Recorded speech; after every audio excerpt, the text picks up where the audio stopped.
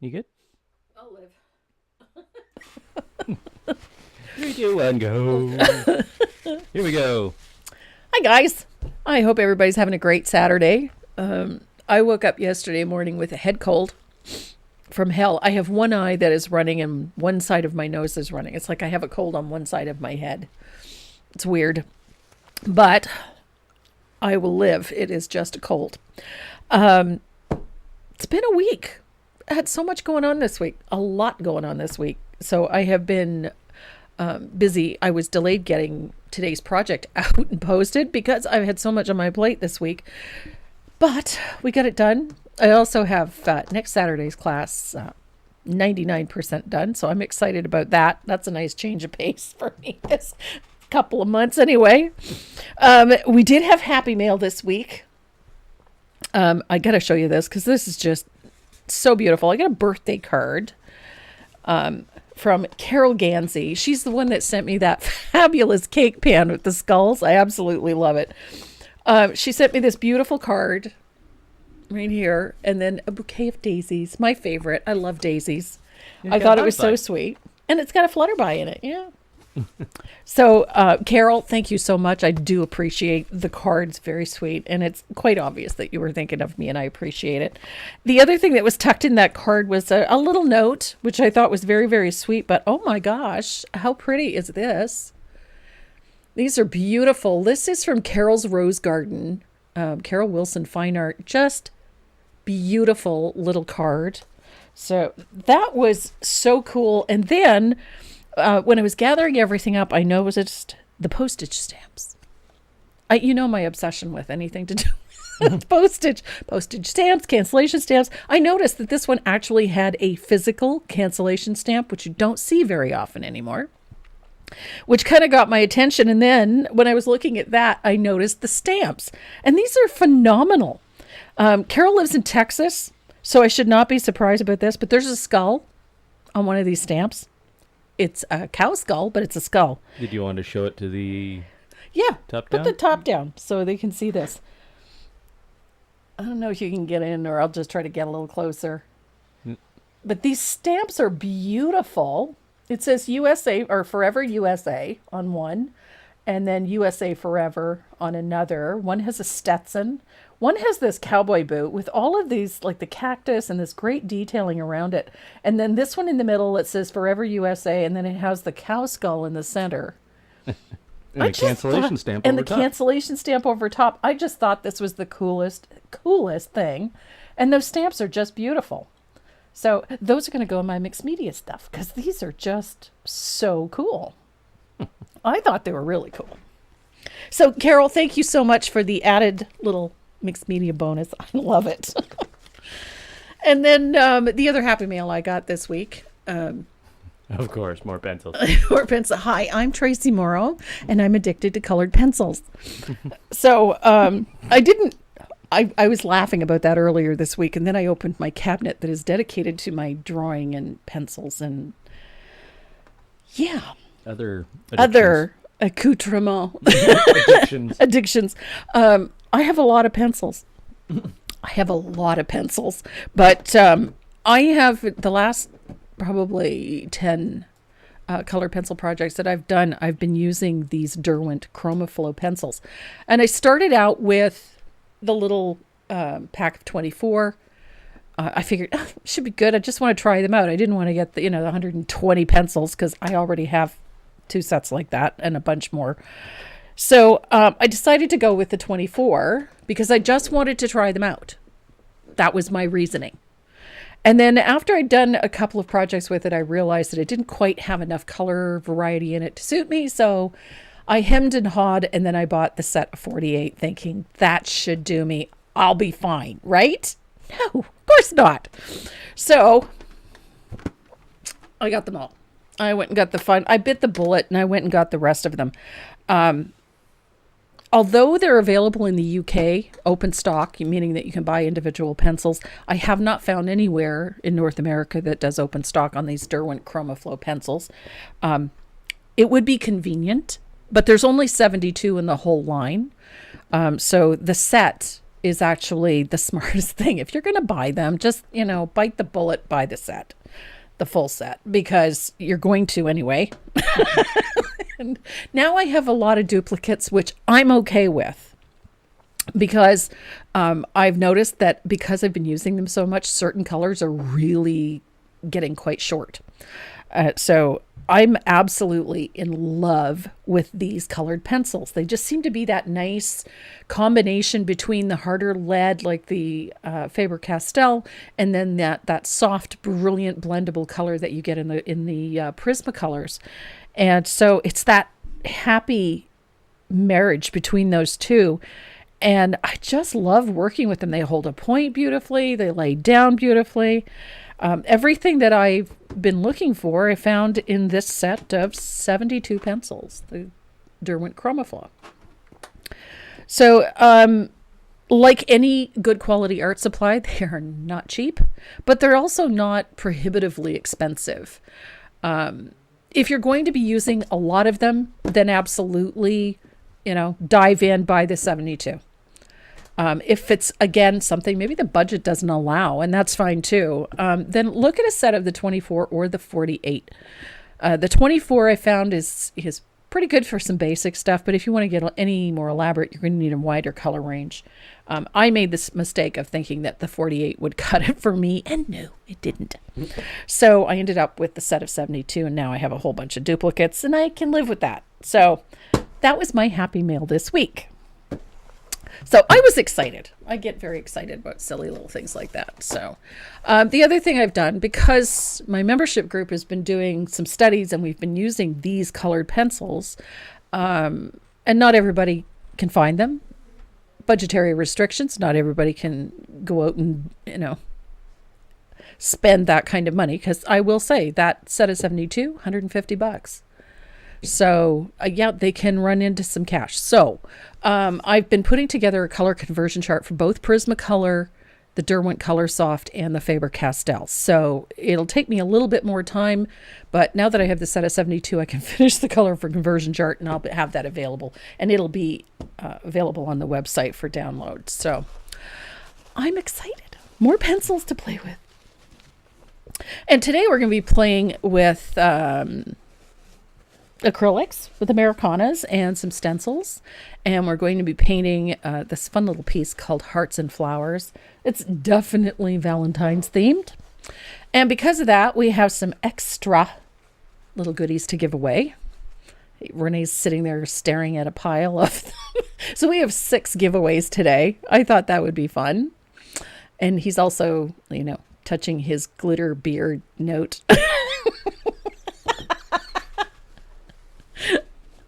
Yeah. See, the thing about Renee is that he often will, dare people to do things and then regret the results. So last week he dared everybody to reach the, what was it? 1,500. 1,500, yeah. 1,500. 1,500. And if we reach that 1,500 worth of donations from Super Chat and stars, then Renee will wear a glitter beard and show you that he's wearing glitter beard. And if you've been watching at all, he loathes glitter. Hate glitter. Hates glitter. So, and having said that, do you happen to know what last Saturday's donations were? No. I do. Oh, no. Last Saturday's donations were $125. That's a good start. At that speed and at that rate, we'll probably be at the $1,500 mark long before Christmas. Oh, really? So I did give an ending. Yeah, that you did. Was the 12 days of Christmas event. 12 days. So I'm anxious to see just how far we get with that one. Renee, you sold yourself too cheap. Oh, I'm not touching that. Hey. So we have 6 giveaways today. In those giveaways, there are Dynasty stencil brushes in some of them. There are the new Dynasty water lily brushes in some of them. There are goodies from Tombow. There's goodies from TracyMoreau.net. There's goodies from all sorts of stuff in there, including some fun little surfaces. And yeah, so there's a nice little goodie bag coming out full of fun stuff. We have 6 of them to give away today. So I'm excited about that. And to get in on that giveaway, all you have to do is like and share and make a comment in either the Facebook chat or on the YouTube channel. And if you're not a subscriber to my YouTube channel, please consider it. Hit the big old red subscribe button, and that way you'll get notifications when we go live and whenever we post new video. So, and if you're on Facebook, just hit the follow button. Crap. I like the follow button. Did you do the math? I did the math. I wish you guys could see his face. He looks so dejected. At that rate, Yeah, it'd be the end of May. I know. Like I said. Maybe we could get you you wear the glitter wig too if we go over the 3,000. Regardless, but we're going to have some fun painting today. While I just bear with me when I have the sniffles, because I sniffling and snorting and I hate colds. But at least just a cold. it's just a cold, thank goodness. But just a miserable head cold. I'll take it. I will take it. Given that I've already had the flu, I've already had COVID. And a bout of shingles, so I'm good. I'll take the head cold. So you should be good for about a year. I hope so. I think I've gotten like a year's worth out of the way at this point. Good. So if you guys are ready to start playing in paint, so am I. Woo! Click that button. Now, the base we're going to paint is this one. It's a pretty simple one. Tracy. Woody. Not you, Tracy Craig. Why? She just donated $25. Yay! Thank you, Tracy. I can't wait to see this glitter beard. Nobody is more excited about this than I am. And I'm his mother. So this is the piece that we're going to be painting today. I thought this would be fun. It's funny how I sit down to design things and I have a picture in my head of what I think it should look like, and this looks nothing like it. It didn't come out anywhere near what I wanted, but I do like it. I think it's nice and bright and it's fun and it's very Valentine's-y. So this one is pretty straightforward. It's not nearly as difficult as you think it is. So we're going to start with a black background. And we're going to build a nice base. I do this quite a lot, using a little bit of texture in the background. I don't want a really heavy texture because I want it to maintain sort of that lightness. Why am I having issues getting paint out of bottles these days?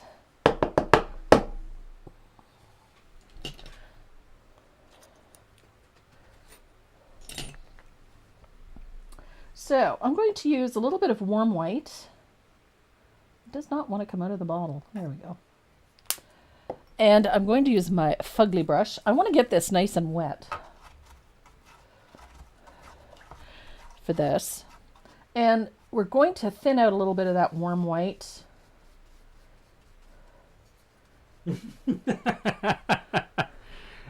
Cindy. I'm saving my change so I can donate more closer to the deadline. Sorry, Renee, I dislike glitter too, but I love puppies and kitties. Yeah, I know. Perfect. The things we do for the furs. Yep. So I'm going to create just a little background texture. And I'm following the grain. I'm working with a wood panel. And so I'm following the grain of that panel just so that it makes my life a little simpler.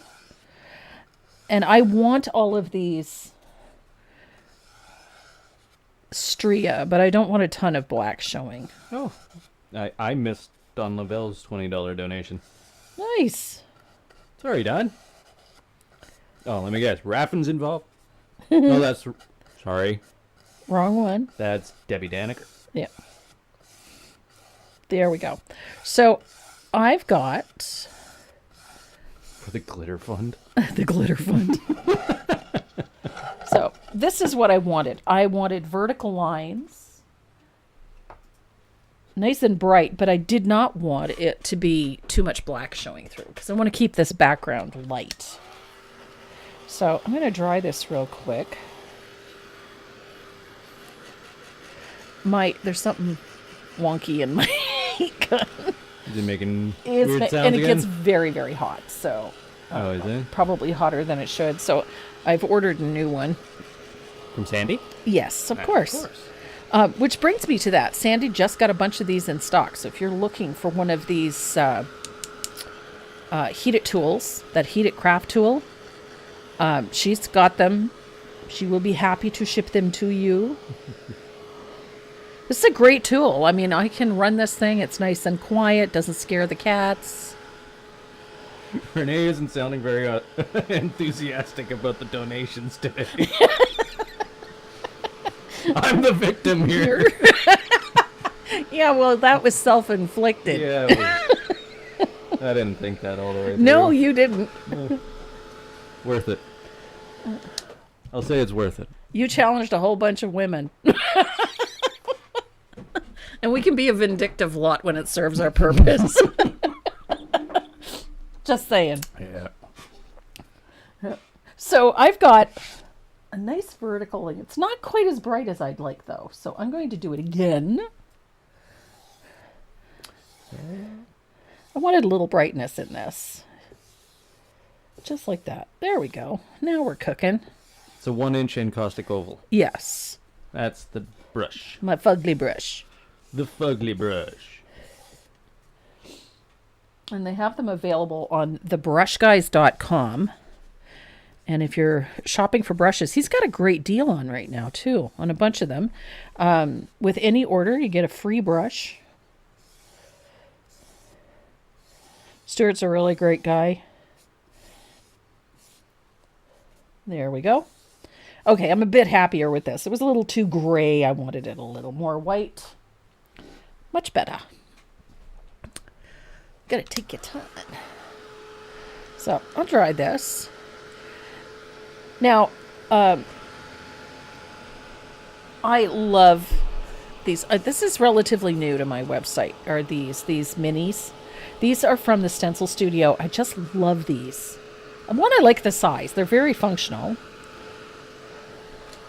And they work really, really well. They have all kinds of little borders and motif stencils, which I really like. I brought in a bunch of them because they're a lot of fun. Of course, Devin wants to see the glitter beard.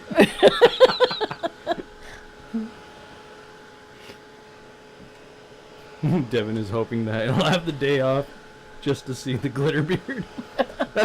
Here's the thing. It's recorded. Yep. So it will be on YouTube for, oh God. Forever. Ever. So this is the stencil I'm going to use, this one here. This is the mini hearts on the Stencil Studio minis. I like these ones. I'll show you something. I found this. I think I've showed you guys this before. These are these little,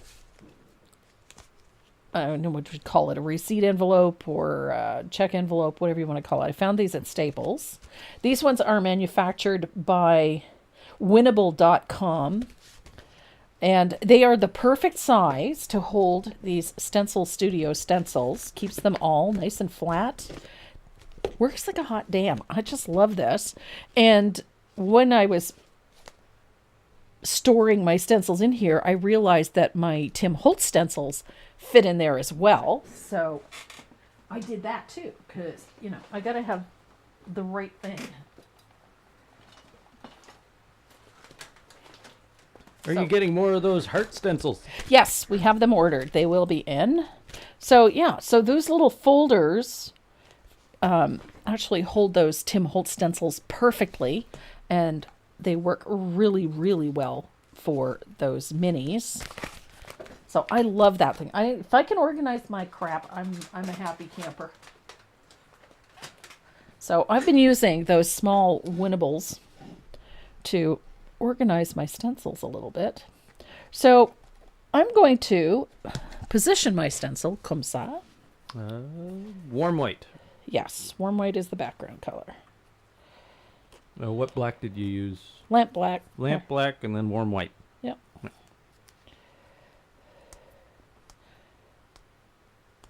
Of course, my tape decides. There. Well, you have nails. You should be able to get it. I have acrylic nails. Oh. Hello. Any woman that has worn acrylic nails know that there's two things that don't work. Scratching with acrylic nails? No, doesn't work. And tape. Packing tape, painter's tape, any kind of tape is just... And picking up coins. And yeah, picking up coins. Or anything flat for that matter. So I'm just going to tape that in place so it stays put. And the color that I'm going to use, I believe, is petal pink. Oh. What? We have somebody from Portugal. Hello. Philomena. Philomena?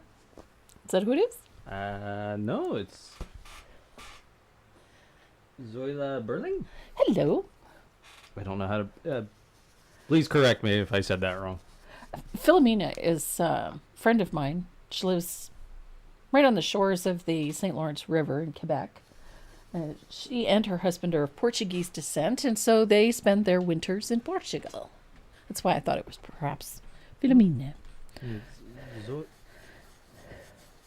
Zoila Berling. Zoila. Well, welcome, my dear. Glad to have you join us. And that we have to say a big hello to someone in particular today. Who's that? Mary. Linda Safranco's mom. Ah, yes. Dear lady. She's watching from a rehab center. She's recovering from surgery. She's had a couple of surgeries in the last little while, and she's recovering from a hip surgery. So I wanted to say hello and wish her a speedy recovery. She watches us every Saturday. She's a lovely lady. Hey, I pronounced the name right. Did you? I did. And high five me. Okay. I can't reach. So there's about like $5,000 worth of equipment between me and him. Yeah. So I can't reach you. So you're going to just stencil on these hearts. They do not need to be opaque. But I think I used the wrong pink, but that doesn't matter. Pink is pink is pink in this case, and I used the lighter value, so it's all good. So I'm just going to continue down, like so. Just line it up as best you can. If it's out by a smidge, it isn't going to be disastrous. So I just quickly put a coat of pink on. It does not need to be fully opaque. They don't have to be perfect. Neatness doesn't count. Perfection is to be avoided at all costs. Like so. We're just creating a little background for this piece. And I move my stencil along.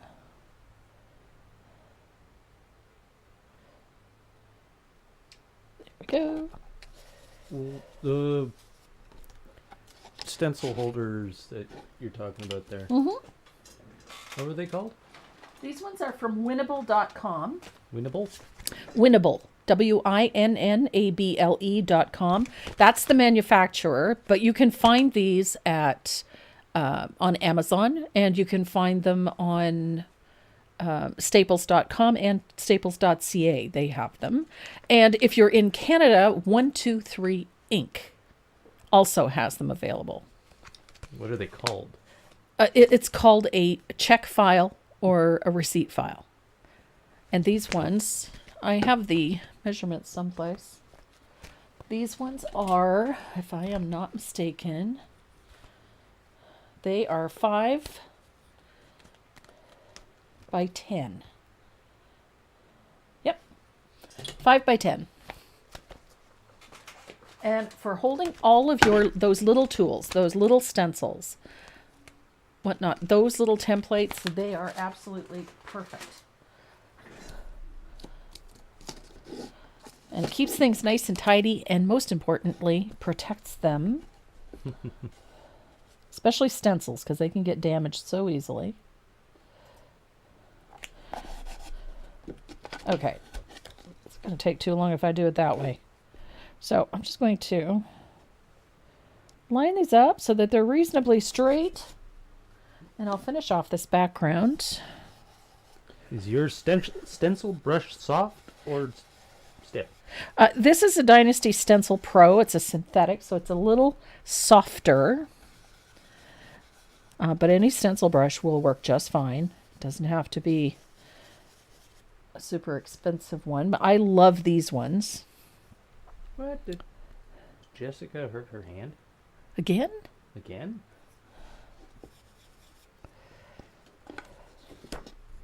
What is she doing? She boxing again? Well, the last time she cut herself. I don't know what she did this time. Fighting in bars, who knows? Miss Jazz, I don't know. Sweetie, whatever you've done to it, I hope it heals up quickly.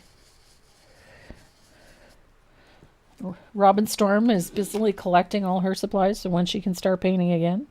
Of course she is. God love her.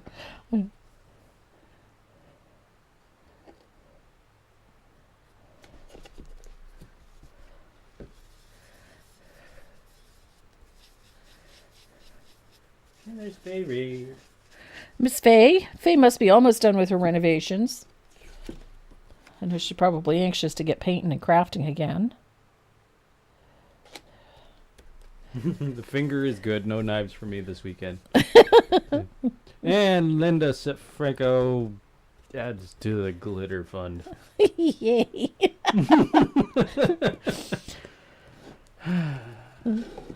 Well, you know, you should know better. I know.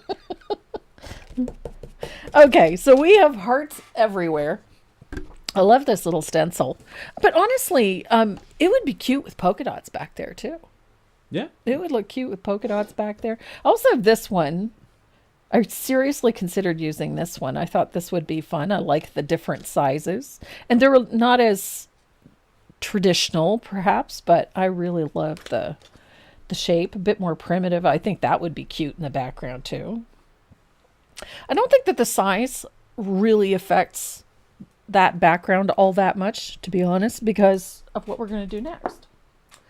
So we're going to take our sanding sponge and we're going to sand the bejesus out of it. Just like that. Sorry, it was my maritime is showing. The bejesus. Yeah. So just going to give it a sanding. Now, essentially what I want to do is wear through those hearts a little. And I also want to wear through at the edge a little. Just like that. So essentially we're just softening our little hearts a little bit. There we go. Oh yeah, Robin Storm was the whole house had COVID. Yes. Yep. So once we have this distressed, wear through that pink just a little bit, we're going to come back to that warm white. And we're going to put a wash of that thinned warm white over the whole background. A little too much white, but I'll thin that out. So if you were worried about, some of that gray popping back through, no need to worry because you're going to soften it. We just wanted to set all of those little hearts back a little bit. And I found even using a lighter value of pink didn't really change that much. The point was to diffuse these a little so that they now look like part of the background as opposed to just a bunch of hearts stenciled there. So we're going to dry this. So you can see that it muted all of those bright pink hearts quite nicely. Makes for a soft background.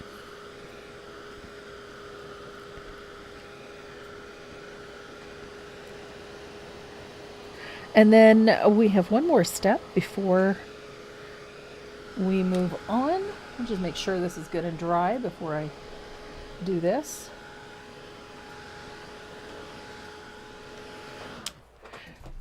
So I'm going to grab a nice big angled shader if I can find one. So, how much did you say? 125? 125, yeah. 125 plus 25 plus 20 plus 20. Yeah. So we're at 190? Okay. So, we're going to take a little bit of asphaltum. I know, everybody's shocked. And we're going to thin this out a little bit. I don't want it full strength because then it gets a little heavy. I didn't want that. And we're going to put a nice wide float all the way around the outside edge. Now, if you prefer, you can wait and do this at the end. That's entirely up to you. It can be done at any time. But I like the color to be thinned a little so that it's, you know, a soft transition in there. I don't want a harsh edge everywhere.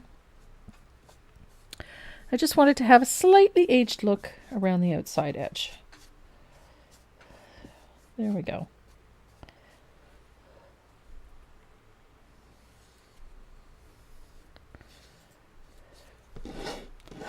And there we are.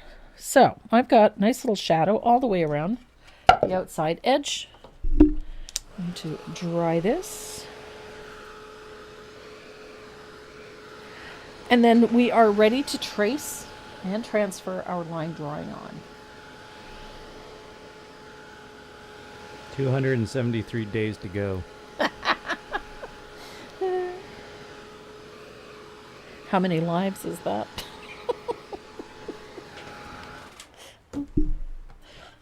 So there we go. We have our background ready for our line drawing. Now I've done obviously a little bit of prep ahead of time. So we're going to start with that teacup. I just think it's pretty. So our base coat for this one is lamp black on the teacup. And we're going to start by decorating this. Now the stencil that I used for this teacup is this one. This is from Cupboard Distributing. This one is called Lace Border Number 1. And it is available on their website. I know, I checked. Now, I did mine. I only put the one little bit down. And then after I got it finished, I thought, oh, it would look so pretty if I'd done it both ways. Now, I chose this one for a reason. My reasoning being, you know, at the bottom of this kind of looks like little hearts. And I kind of like that. So I wanted to put lace along the bottom of my teacup. And Betty Newhouse just donated $10. Nice. Making it even 200. Thank you, Betty. I'm keeping a running tab. Well, I may even donate to it to myself. Just cause. Can't do that. Sure I can. I can do whatever I want. So I'm going to add a little stencil detail at the bottom of this. Why is it I can never find the stencil brush that I'm looking for? I only have about 1 million of them. There we go. There. So I'm going to use a little bit of warm white on my... And Paula R just donated $10. Nice. So a little bit of warm white. Just take a little care when you're going off to the edge here. A little bit of warm white. The brush is nearly dry. Circular fashion. Change directions frequently. it'll give you a nice crisp image without any bleeding and whatnot underneath.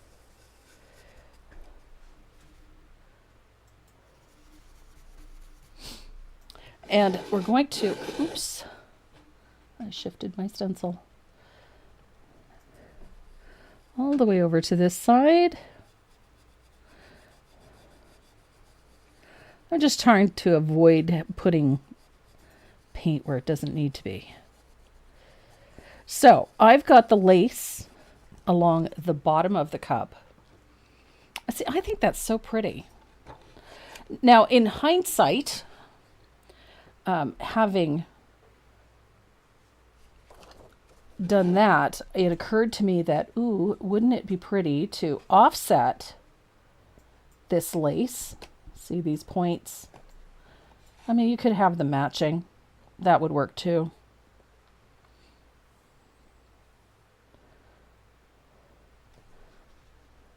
So I'm just going to try this because I think it'd be pretty. So just a little bit of lace from the top of the cup, just because we can.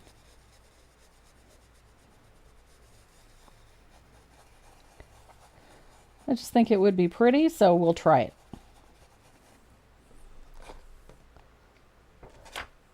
Oh, I like it. I like it. Very nice. So that's a fun little stencil. These little lace border stencils, they're just the right size for a variety of things. But I really liked this one, I think mainly because I saw the little heart. Even though I know it's not a heart, it just kind of reminds me of a heart. So there we go. So very pretty. There. So I may have added a ticker. Oh. A what? Like so that they can see it grow. Oh, okay. Even better.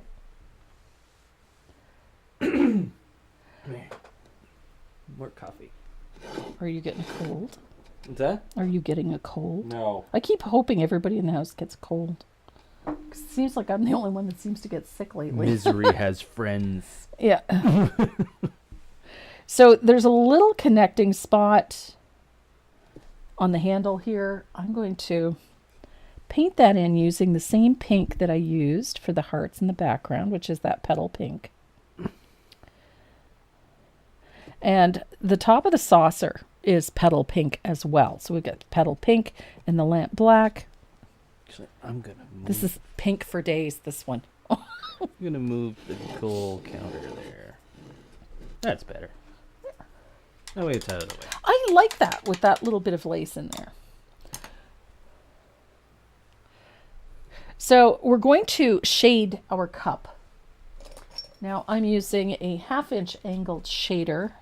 I've been playing with these a lot lately. These ones here, that Dynasty Water Lily. They are very soft. They're a watercolor brush, but I'm finding I get really nice floats with these. So I'm going to thin out a little bit of asphaltum, and I'm going to put a float along the bottom, right here. And of course, Sue Potts with a $20 donation. She just wants to see the glitter beard. So I'm going to do the same thing underneath the cup. I'm going to put a float of asphaltum just to give this lace a little depth, like it's underneath there. And then over here on the other side to the right of that heart, we need a little float there as well, because that's a tag.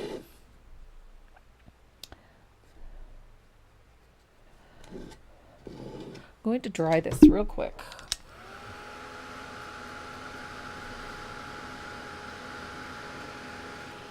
This is not an elaborate piece to paint. I kind of like the fact that it's, a lot of this is the stencils doing the work. And we're going to put a float here. What color are you going with? Asphaltum. No. Oh. Glitter. Oh. That's the thing. If you guys reach it, you get to choose. No, Dig that hole a little deeper, why don't you? I said that last Saturday. I said not only will I glitter beard myself, you guys get to pick the color.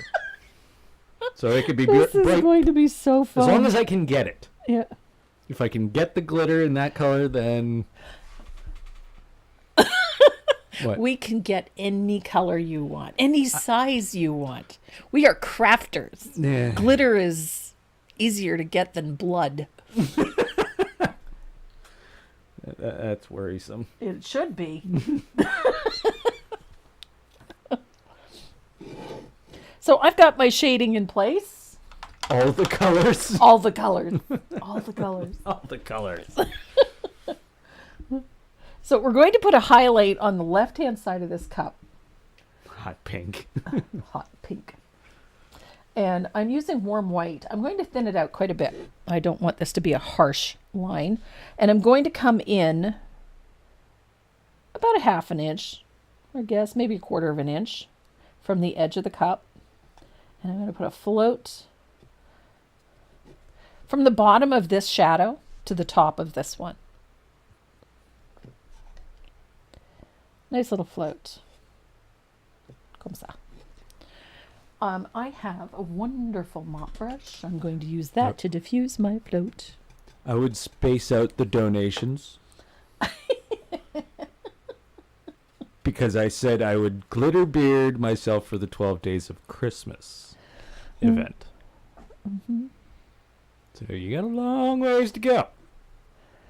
Oh, they're just ensuring. Oh, I know. It's all good. So I've Space got... it out. Slow it down. Take your time. It's like hunting. Okay. Oh, believe me, they know that. So we need to put a final impact point on this highlight. I'm going to come in from the edge of that highlight. I want to make sure it's dry before I do this. I'm going to come in from the edge of that highlight just a little, about 1/8 of an inch. Yes, I'll put together a list for you guys to choose from. I can't wait. Gold is classy. You won't be able to see gold in my beard. He's a redhead. We ain't patient. We will wait. We are patient. So, okay, I've totally messed that up. Totally? Totally. Just hooped it. There we go. Thankfully, my highlight was dry. I just called it the glitter fund. The glitter fund? Oh my God. Okay. There. Much better. I was trying to draw a line instead of doing a stroke. So there's our highlight. I put a couple of little dots down there just to give it a little oomph. So I'm going to dry that. And then we're going to worry about our hearts. Now I have, on these hearts, I have a coat of baby pink, which looks nothing like any of the other pinks that I've used, but I used it for a purpose. Black background, gray background, black teacups. There's a lot of color here, and the color that I wanted to paint these is a little more on the transparent side, so I needed a good opaque base. So I chose this, the baby pink, because it covers quite well, and it still has that nice pinkish tone, but this is what we're putting over top of it, is joyful pink. Although it's not too bad, it's still far more transparent than this, and so it's a bugger to cover. So that's why I wanted a good opaque base down for this pink. And it's such a pretty pink. And I'm going to use a filbert to do this.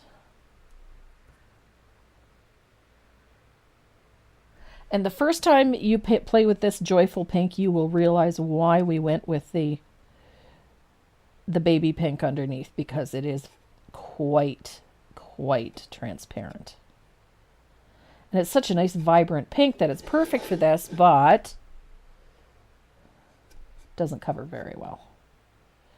So, to make your life a little simpler, put that baby pink down.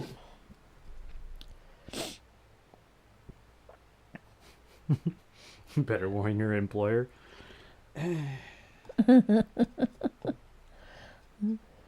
That's the great thing. I don't have to be in the gallery. I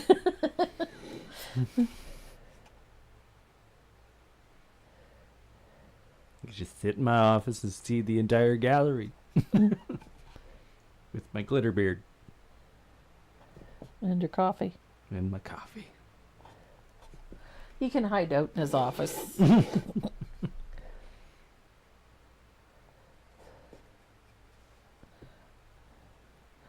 So, I really like this joyful pink. It's a nice vibrant pink, but the downside is that the coverage is less than fabulous. Glow in the dark glitter. I told you, son, gotta be very careful what you wish for. I know. It's for a good cause. It is for a good cause. It's for the puppers. It's not gonna make it any less funny, though. I, for one, will enjoy it immensely. You'll probably be the one applying it. I know.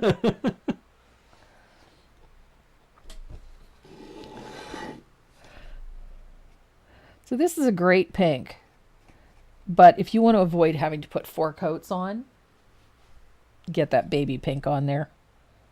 Just, it'll save your sanity.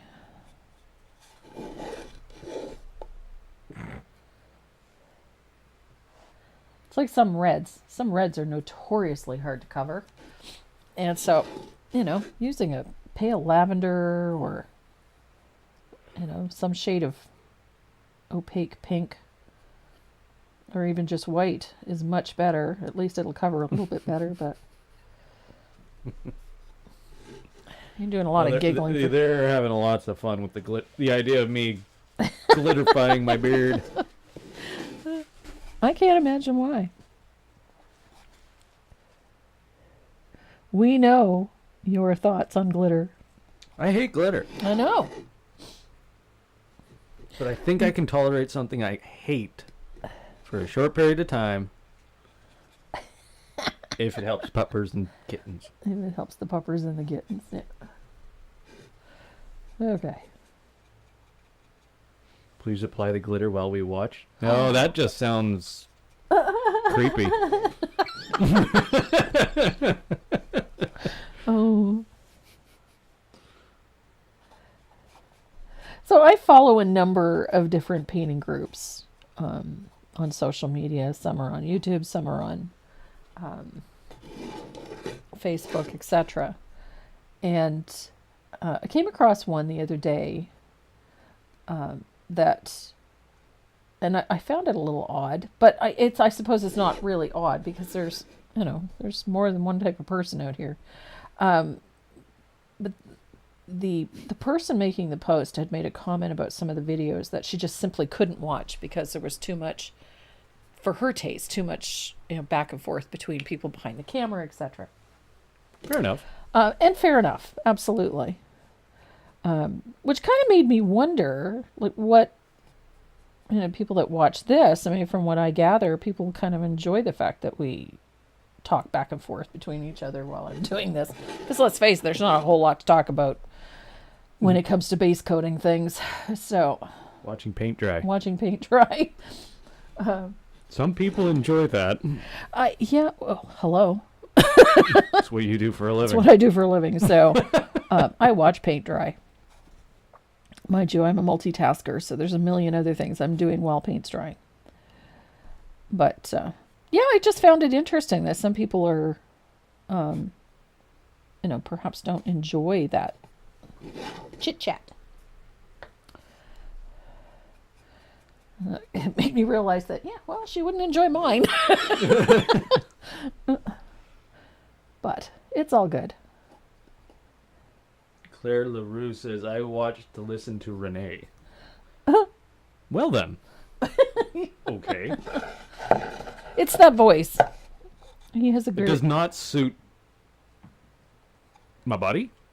Uh, I don't know. yeah, it does. Some say it's a little too deep for what I look like. Yeah, Yeah. I'd agree with that. Okay. Fair enough. I can see it. I can see it, yeah. I have a face for radio. I'm so glad you said that because it went through my mind. He has a face for radio. Yes, ma'am. So you can see, I love that joyful pink. It's a very robust. It's got it's a blue pink, you know. It's got that nice robust feel to it. I love it. I also didn't want to use too many really dark colors because we're working with a black teacup and I wanted these to stand out, but I don't want them to feel really heavy. This should have a fairly light feeling to it, which was what I was going for because of that white background. Pardon me for a moment.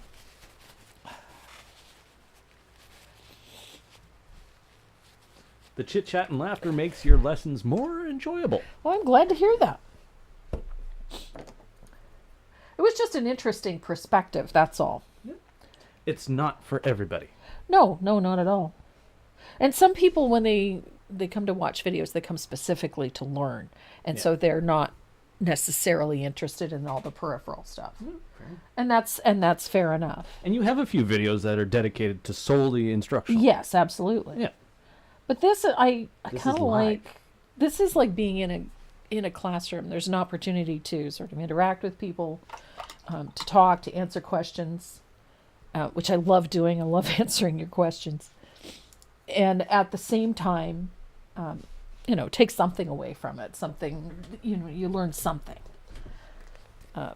I know that this type of style of painting can be at times a bit repetitious. I mean, we do floating and line work, etc. Some of it is going to be repetitious, but at the same time, I always like introducing perhaps some simple little technique or focusing on one thing in particular.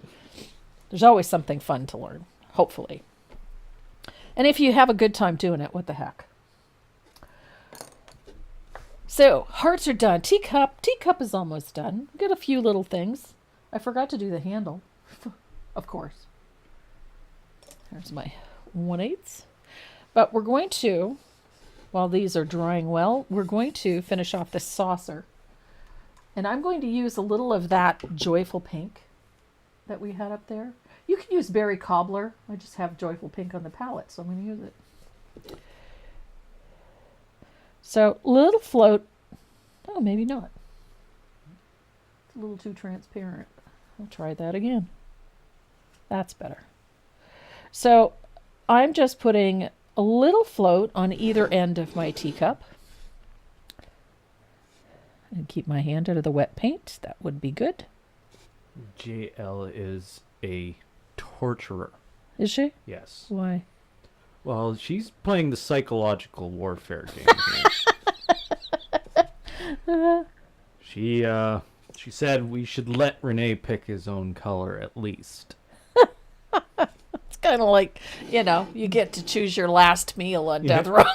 You get to pick the finger I cut off. Yeah, exactly. It's like, what? No. It's not how this works. I'm the victim here. Some victim. You did it to yourself. Yeah, I know.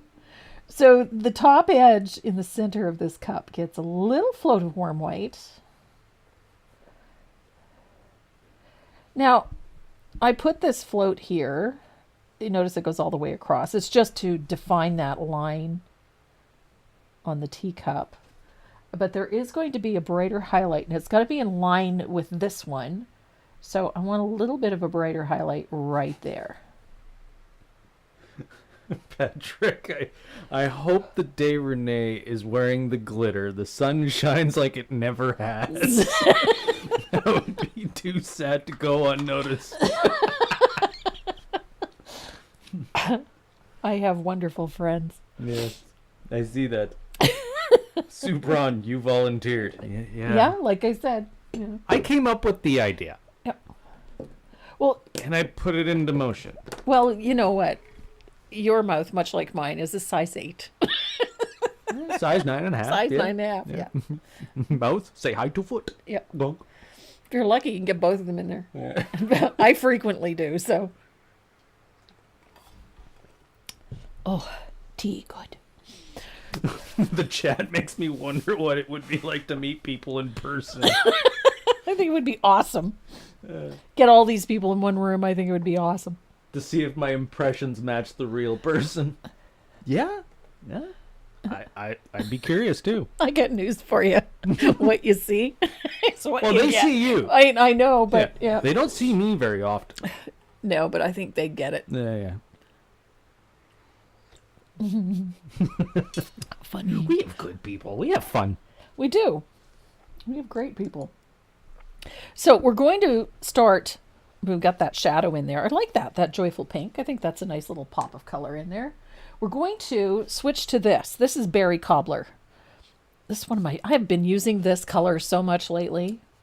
I only had the one bottle. I had to order some more because mine was getting a little low. So I'm going to switch to my 1/2 inch angle. We're going to put a shadow on our heart. And I'll eventually remember to put the highlights on the handle. Don't mind me. So we're going to take that Berry Cobbler and we're going to put a float underneath that leaf right there. Elizabeth Allard is wondering if you could say again the stencil you used for the teacup.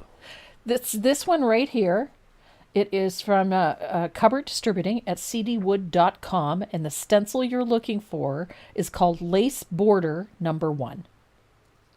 Ooh. And if you want the item number, it's 0919481.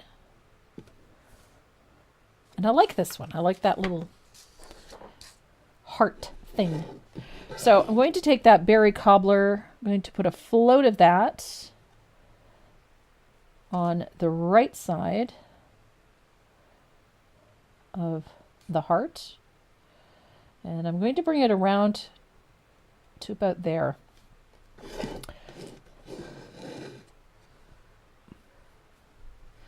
And I'm going to let it dry, or dry it real quick because I want to deepen it with one more float.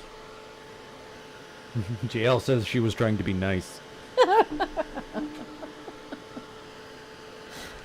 Yes, let me pick the finger. Which one do you want to keep? Which one do you want to keep? Like the index. Well, I'm taking that one.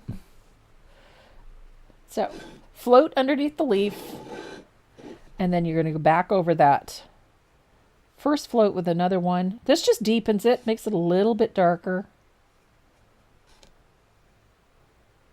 There we go. I don't want these floats to be super dark, but they do need to lift up. And we are going to adjust these at a later point as well. If it's a fine glitter, Renee may be wearing it in the beard for weeks. Oh, he'll just shave his beard.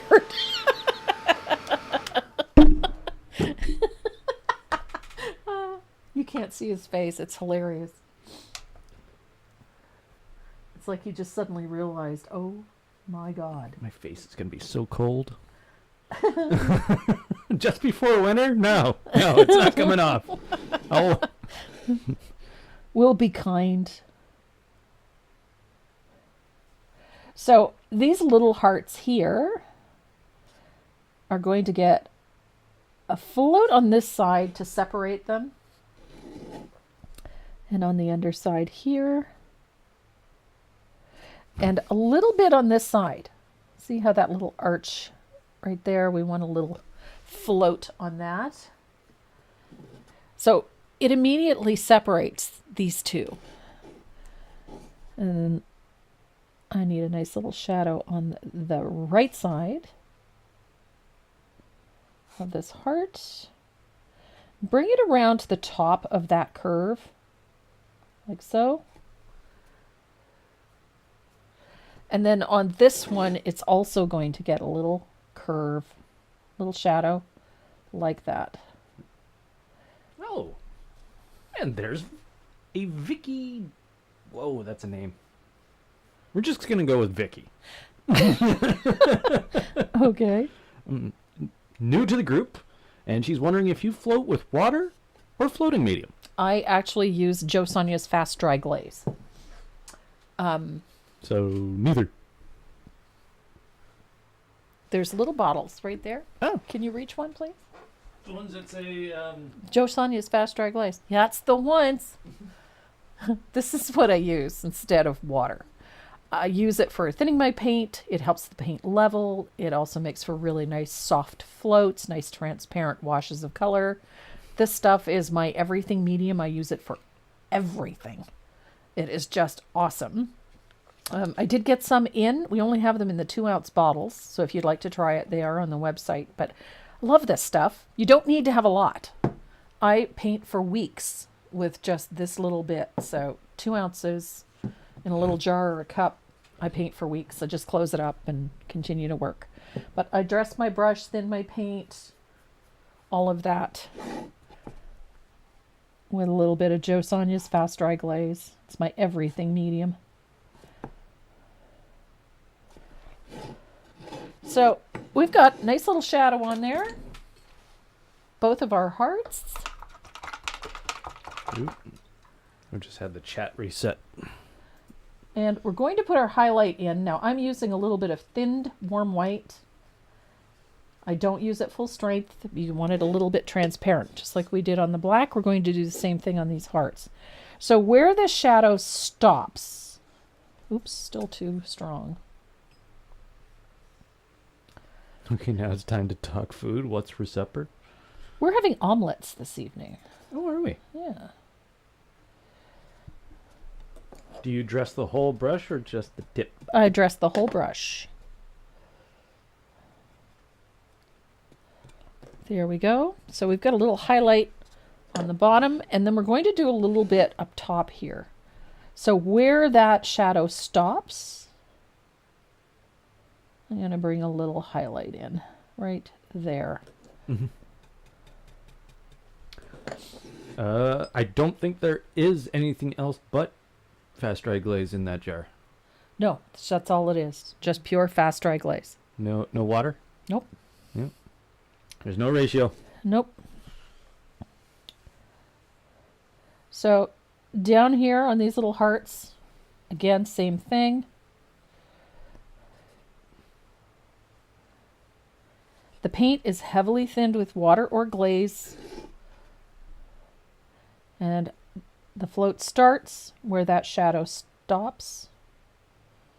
And I like leaving a little space between the edge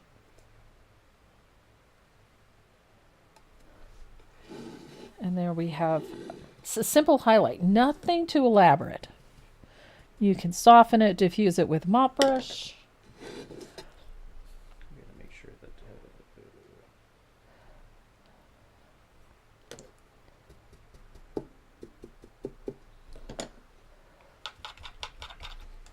and we're going to add just a stroke of warm white for the final highlight. And I like it on these hearts. I like that little teardrop shaped highlight. Like so. Of course, I messed up the first one. And on this heart, it's going to come in, again, in slightly from the edge of the highlight. It's just a thin stroke, like so. And then the same on this one.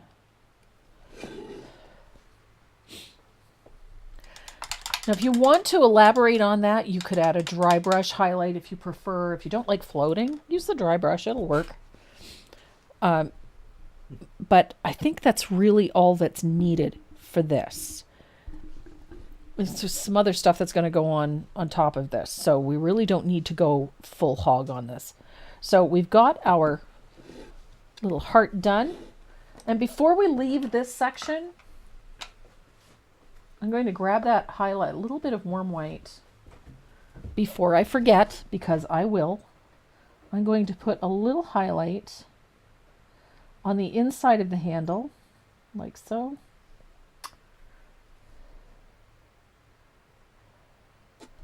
Oh my goodness, did I ever mess that up?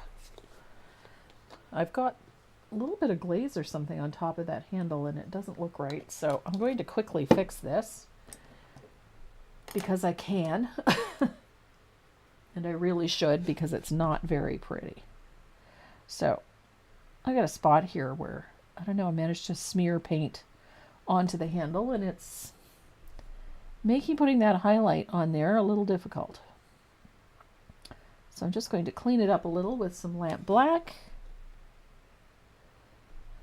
There we go. I'm not sure how that happened, but I managed to smear white paint onto my teacup and it made, oh goodness, it made getting this float in there a little hard.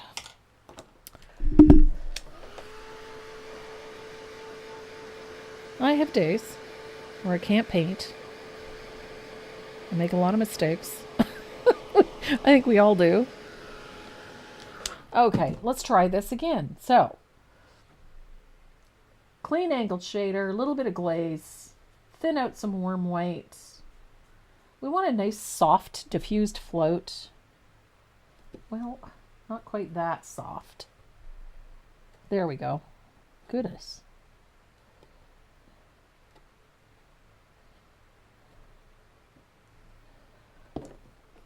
Good heavens, I could not float that Sutton.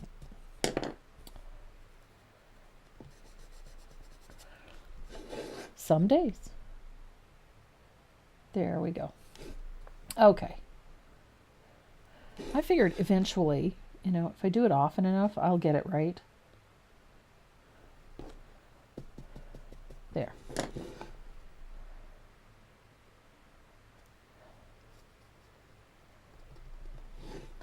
And then on that handle, we're going to put in a fine stroke of warm white.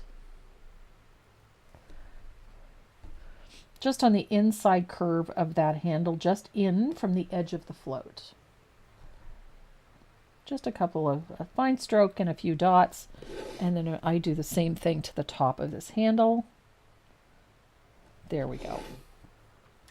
Now I'm looking at this going, I can see the back end of that float, and it really is not all that pretty. I'm going to show you a quick way to fix that. So if you really aren't happy with a float, especially white, because it has a tendency to travel. So I want to come back in. This time I've loaded the brush with a little bit of lamp black. And I'm going to put a float of lamp black up the back side of that handle. And that solves our problem. So we have leaves galore. This is one of my new favorite colors. This is Desert Cactus. I love this green. I've been using it a lot lately. It just, I don't know, just seems to do the trick for me. So I'm going to put a little of this out, and we're going to base coat our leaves with this. Now I'm going to grab a small round and thin out a little bit of Desert Cactus. I love this green. I just think it's pretty. It's such a pretty green. Nope, that's not going to work. I'm going to grab a rigger. I'm a little heavy-handed today, so I want to make sure that my leaves are a bit more neat and tidy. And that was not doing it. So there we go. I do love this green for a couple of reasons. One, it's a little gray. There's something about it, and it has that sort of tealy undertone to it. But it covers really nicely. I can usually do a base coat in one coat, which is unusual. Still a big fan, depending on what I'm doing. I'm a big fan of Americana's Antique Green. It's still my favorite green. But I'm falling in love with this Desert Cactus for a variety of things. I started with it with eucalyptus, and I just loved the overall tone. I think it works really well. And I've started using it for leaves and other things, and I just like the look of it. Sort of that almost a frosted appearance with it. It's a cooler green, so it worked really well. And I thought because it was a cooler green, it would work well with all of these sort of blue pinks that we've got going on in here. So hence the reason for my color choice.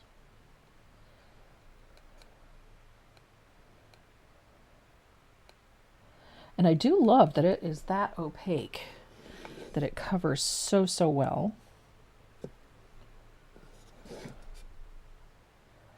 It's pretty green.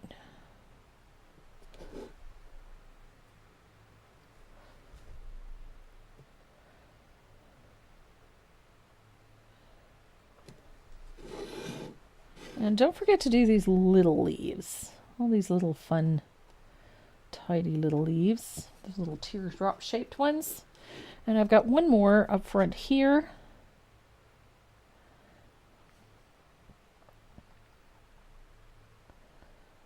And there is a method to my madness. I generally work from the back forward. And so I started with the teacup, and then I went to the tulip, or to the hearts and the daisies, and then the leaves, and then we'll do the flower last because it overlaps everything else. So, and this way you get nice clean divisions. If you make little bobbles and mistakes as you're going, they get covered up by what you paint next, and just in general makes for a nice looking piece. There we go. So we have our desert cactus in place. A couple little spots here I just want to tidy up. Now, shading color. I have been more than a little obsessed with my mermaid tail of late, which is this wonderful, brilliant teal color. This one is considerably more transparent than a lot of the teals in the Americana line, and it makes it perfect for shading, especially on this green. And although it doesn't look like it would be a good pairing, they're fairly far apart. They actually work exceptionally well. So this is my shading color for these leaves, is mermaid tail. I just think it's such a brilliant color, that just incredibly vibrant, very pretty teal tone. And it's more like a jewel tone because it is very transparent. So I'm loading this, putting it onto a 3/8 angle, which is this one here. Again, I'm playing with the water lily. I've been really having a lot of fun with these. So I'm going to shade and separate these leaves with a float of mermaid tail.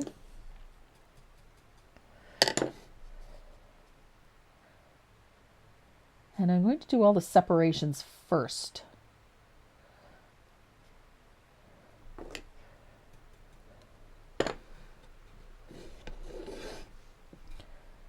So underneath the flowers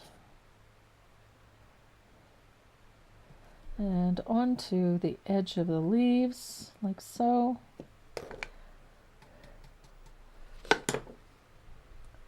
Just separates these leaves really, really nicely. It's such a pretty, soft color. It's amazing to me how much that color changes when you float with it. When you've added a little bit of glaze or water to it, it just takes on this really nice, soft, transparent look, and it's a nice complement to that green.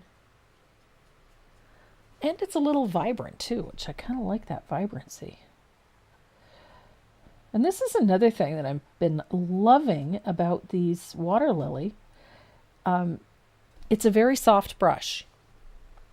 Softer than what most of us would work with, especially in acrylics. But it holds a lot of water, a lot of glazing medium, whichever you're using to as your transport medium. But it makes for some very nice, soft, delicate floats. They also come to a really nice chisel edge, so there's a nice sharp definition. So when I put that center vein in, I get nice definition. These really define quite nicely. So we get nice sharp float lines And because it's so soft, it diffuses. So we've got a nice diffusion in there. And I've got a float going that way. So when you put that brush right on its chisel edge, it's just lovely. It's got a nice sharp chisel edge. Look at that. But again, it's a bit softer than what we generally work with. So I want to change the direction of this leaf a little bit. Wait a minute here.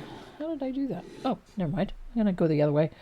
The design goes this way, but I changed the direction of the leaf when I did my base coat. I've got the point flipping the other way, going the other way. That's okay. I just changed the shadow.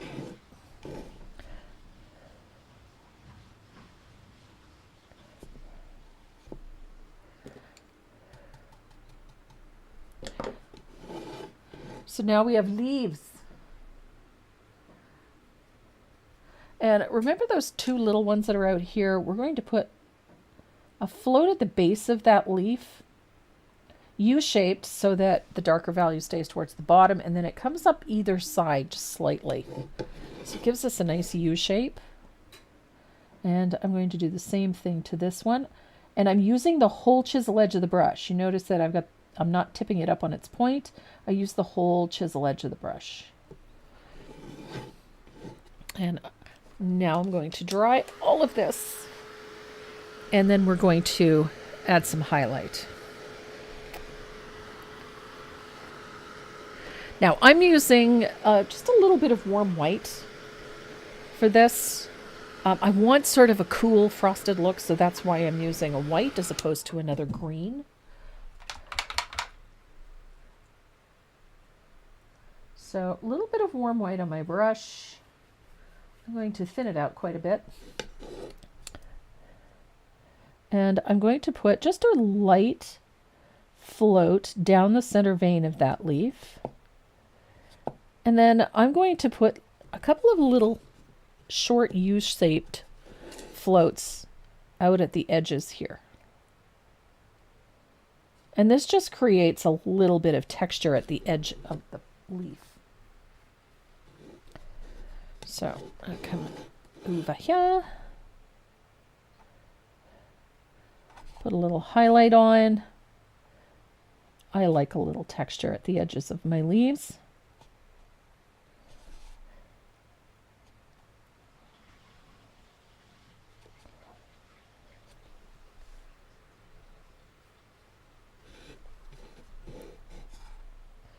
So that thinned warm white is what's going to give you sort of a frosted look on the highlight of the leaf.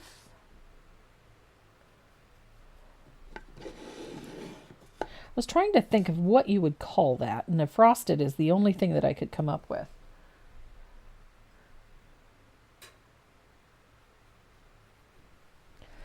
I just didn't want the leaves to take on perhaps that little coolness. A little highlight. Kind of like that little U-shaped float at the edge of the leaf. Just gives it a little bit of a serrated edge, I guess. Just a little. But you can do that with just a tap. Doesn't take a lot. There we go. And then finally, the tips of these little leaves get that same treatment. Just a little float of that warm white.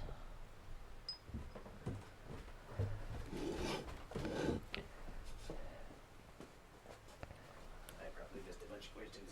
Probably. Renee's going to see. He had to step out for a moment. So if he's missed any of your questions, he's going to check. So I'm going to dry this real quick, and then we're going to deepen all of that shading. And it's going to do a couple of things. It's going to brighten our highlights a little. We got one from Patrick. Hi, Patrick. Is there a rule as to when you do the shading on one side or the other of the leaf? It usually has to do with the direction of the curve of the leaf. Usually. So if the leaf curves this way, down and away, then your shadow is going to be the opposite side of that curve. When it comes to this type of decorative painting, the light source isn't vitally important if you miss it or whatever. But in this particular case, the only thing that would change would be the value of that shadow. The shadow's still going to be on that side because of the way the leaf curves. But the only thing that really changes is the value of that shading. So as to a hard and fast rule, no. Just the rule of nature, I suppose. So I'm going to deepen my shading underneath my leaves and down that center vein. And so right away our highlight gets brighter. Do you find it easier to float with a softer brush versus a stiffer bristle brush? I actually like a softer brush for floating. I find it just gives me better control, but I can float with either or. My personal preference, I like something somewhere in the middle. I tend to lean towards faux squirrel for that.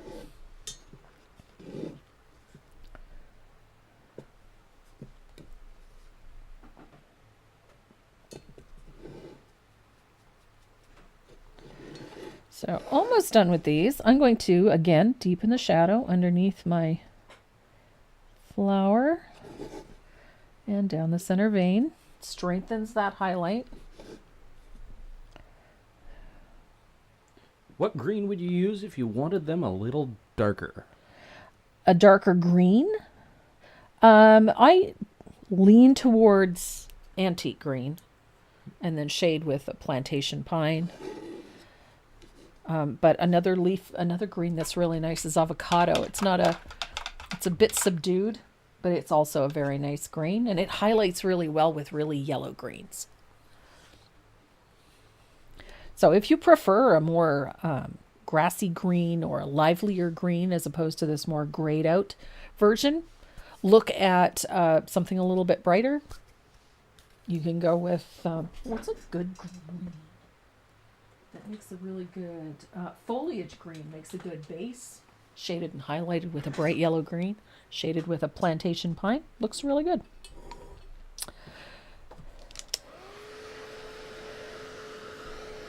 So we have our leaves done. And while we have that mermaid tail available, I'm going to grab my 10-aught extra long detail liner and a little bit of thinned mermaid tail.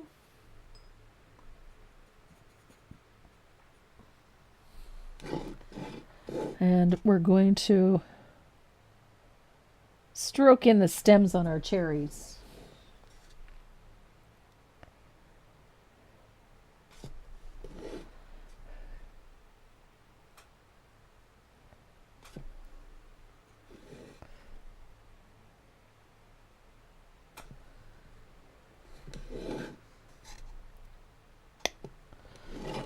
There we go.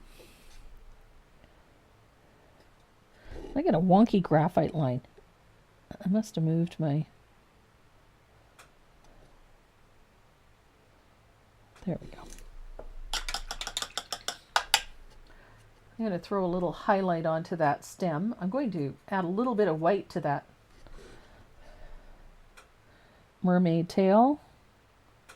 Just going to stroke in a little highlight on my stems. There we go.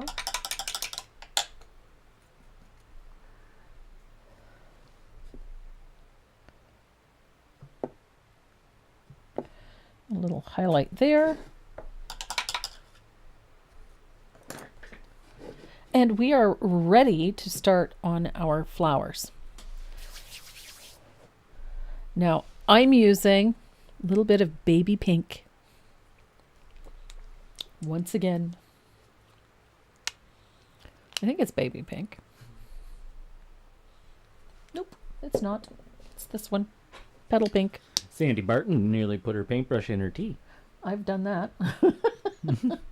I've also taken a mouthful of tea and gotten a paintbrush, so. It happens. It happens, yes. So our flowers are going to get a base of petal pink.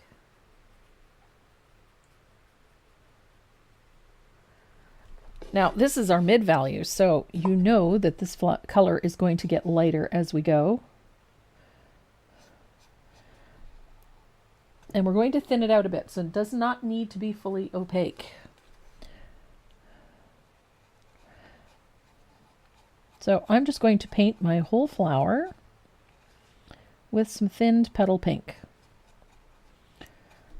because I can see all of my graphite lines right through it.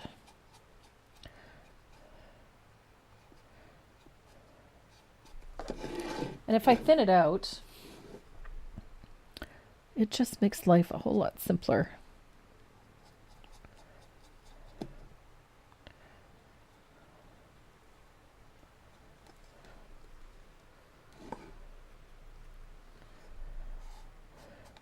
Now this coat does not need to be opaque because we're working over white, so it's going to be a little more forgiving than if we were working over a darker value. If we were on a darker color, I would probably use a bit of gesso or some warm white to base out all the petals in this. But because we're on a warm white background, I'm just going to put a wash of pink onto our flower because that's all it really needs.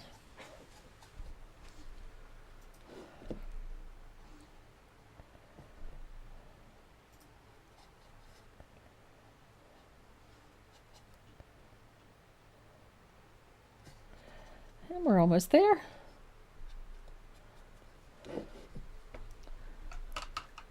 And I'm going to dry this. Now the fun part about this next step is that we're going to use that really thin base coat to our advantage. And we're going to do all of our shading. And I'm going to use a little bit of either berry cobbler or I think the joyful pink will work for me for this, but berry cobbler will work too.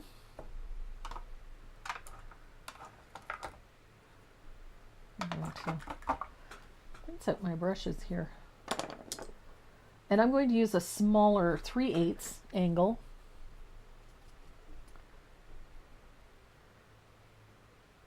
And I think I'm going to go with the berry cobbler. So we're going to separate all of these petals with a float of berry cobbler.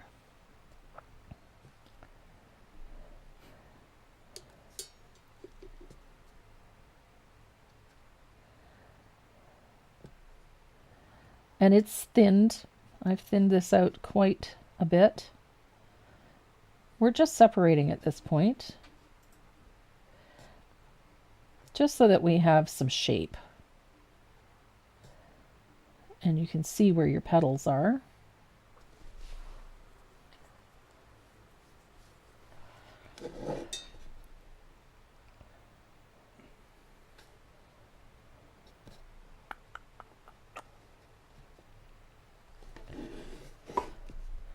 And this flower is going to look quite soft when we're finished.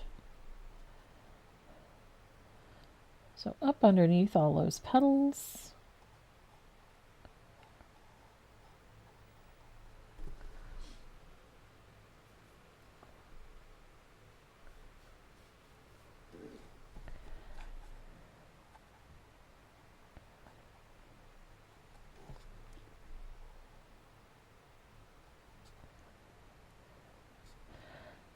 So there's a lot of little petals in the center here.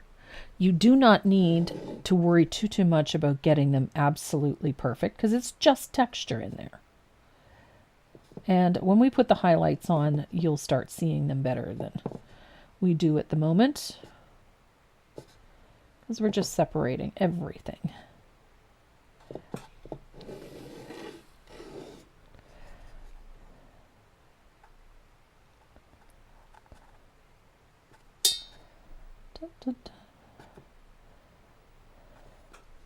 So we have folds, ripples, ruffles in this petal down at the bottom. And as I'm looking at it this way, there's going to be a shadow on the opposite side of that line. So we're just going to put a little float right along those lines, like so.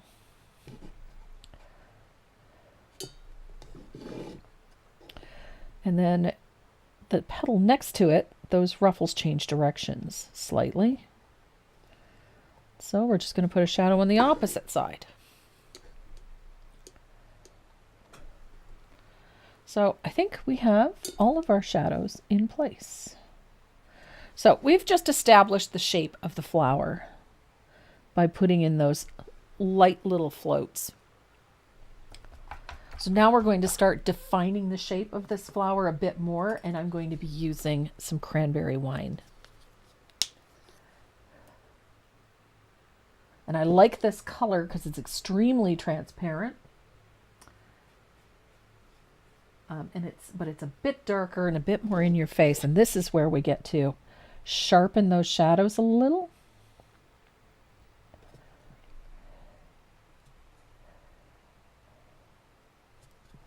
So in the center here, this is where we can deepen some of those little shadows that separate.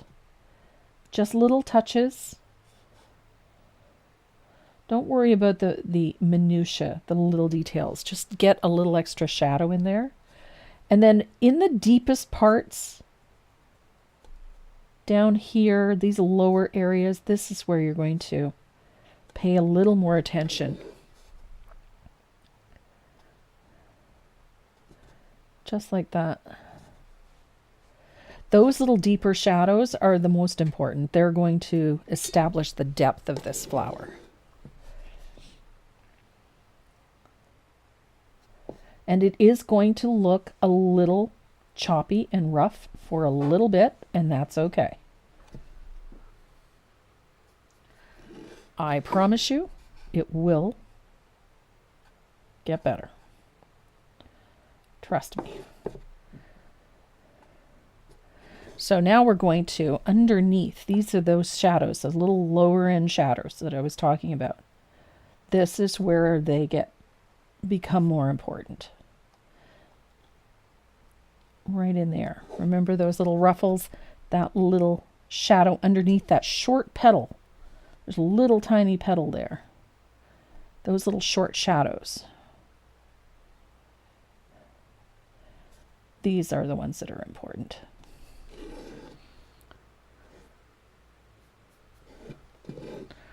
And I got another one back here. Because it's further away.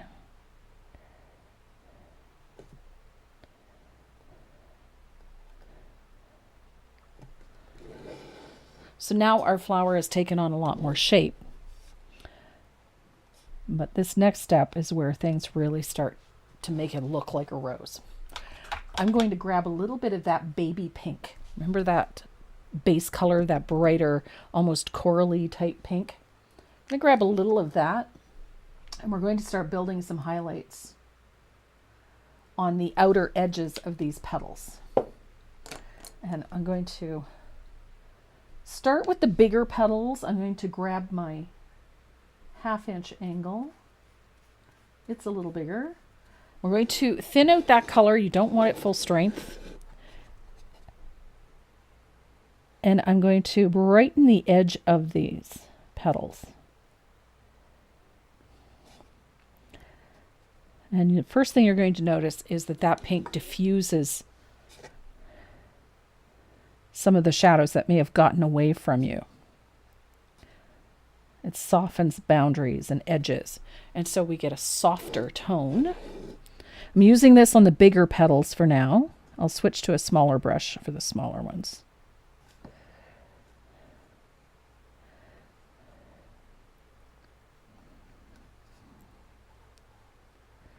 So having that bit more of opacity.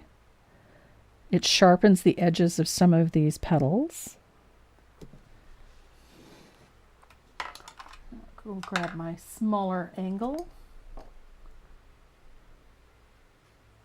Oops.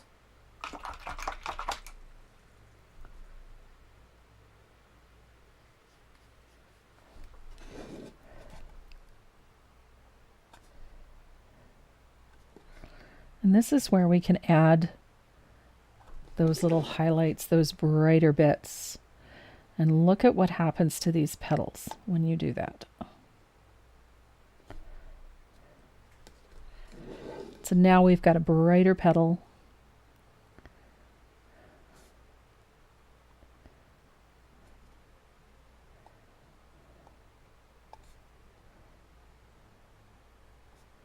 Now remember all of these little bits that are in here? We're going to just add a little touch of that pink to the edges, the upper edges of those little bits. They don't need to be absolutely perfect, but we do need to have a few of them in there. So they're just little half circles with that angle, just to give it a little texture in the center.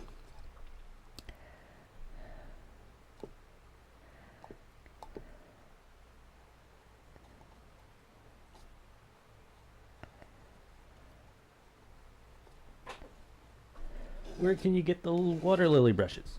These ones are available from the Brush Guys, thebrushguys.com. And if you're shopping for brushes, don't forget to use that coupon code, Tracy M. It'll give you an extra little discount. Every little bit helps. And the Brush Guys are already at discounted. You'll notice that there's two prices marked on their site. One is list and one is their price. And the list price is generally, the suggested retail, or what you would find them in most other places. So they're generally anywhere from 20 to 30% less expensive than you would find them elsewhere. And if you're going to give you a little extra discount, so I'll put a little highlight on that long petal that's there. And right there. So this flower is really coming together quite quickly. So we have that ruffle down at the bottom. And we really want this one to stand out. So we got to put a highlight. And it's going to come around and it's going to just stop just shy of where that shadow is. And then we have a highlight that comes down the top of that ruffle and then down the side and stops just shy of where that shadow is. So this little highlight at the top of that ruffle is the light impact point.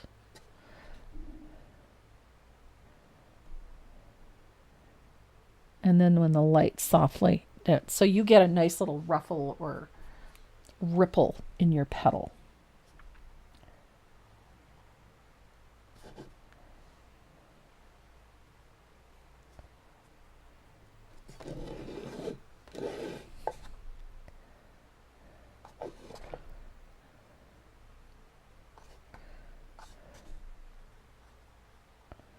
There we go.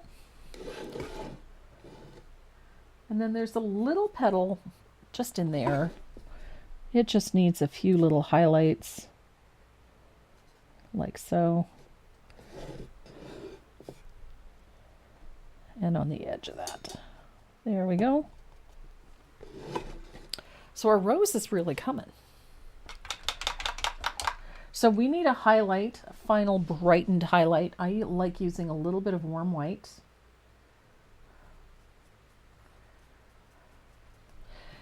And this, I find, just makes all of this petal pop. So nice thinned warm white. It does not need to be too bright, but make sure you pop a few little highlights in, especially in that center. And at the tops, very tops of these petals. That little bright highlight just makes all of these petals stand out. And it's a soft one. You don't need to use a ton of it.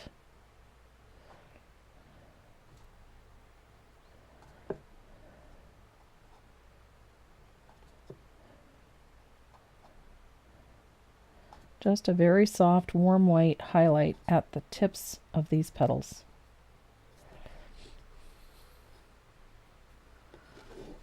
It does a couple of things. It cleans up any little rough edges. It helps diffuse some of the shading. So if it's gotten a little ragged at the edges, that little bit of a float just helps soften that.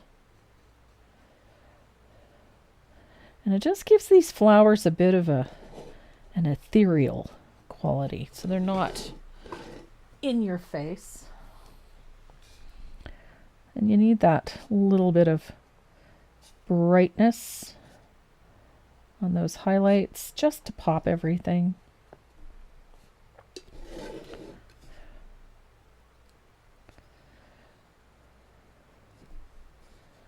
And there you go. So we have a pretty rose.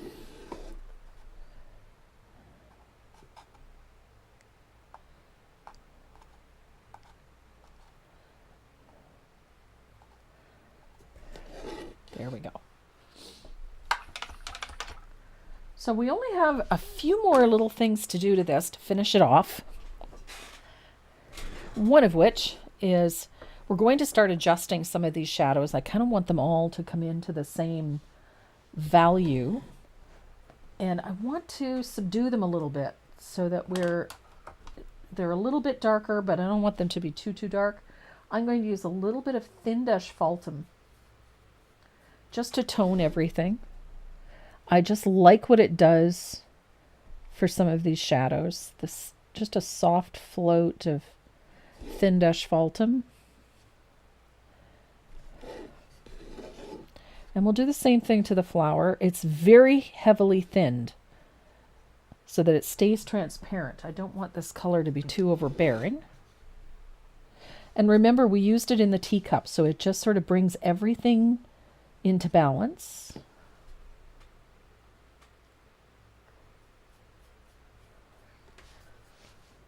And I'm going to do the same thing in a few spots with that on the flower. Just where I want some of the shadows to be a little deeper. Just going to clean them up slightly with a little bit of thin asphaltum. And you can be selective about it. You don't have to put it everywhere. I just find it's a neat way to sort of bring all of those shadows in line. Deepens things in a few places.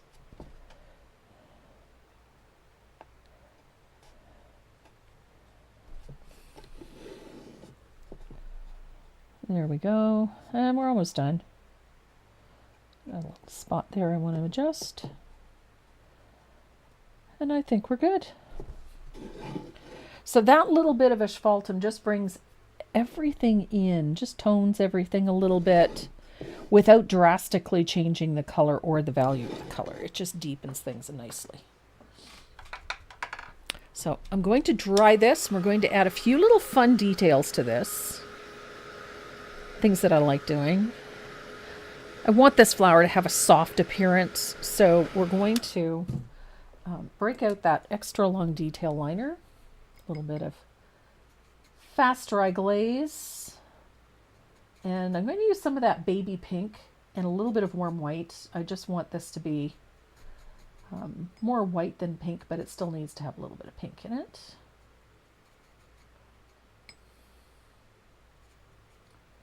If you've got a bottle of pink chiffon laying around, that'll do the trick. So I like doing this. I have this thing about little soft details. And these little this thinned line work just sort of helps soften petals a little bit. And I take them around the edges. Doesn't have to be directly on the edge, doesn't even have to be perfect. It's just more interesting. Just softens the overall effect of the flower.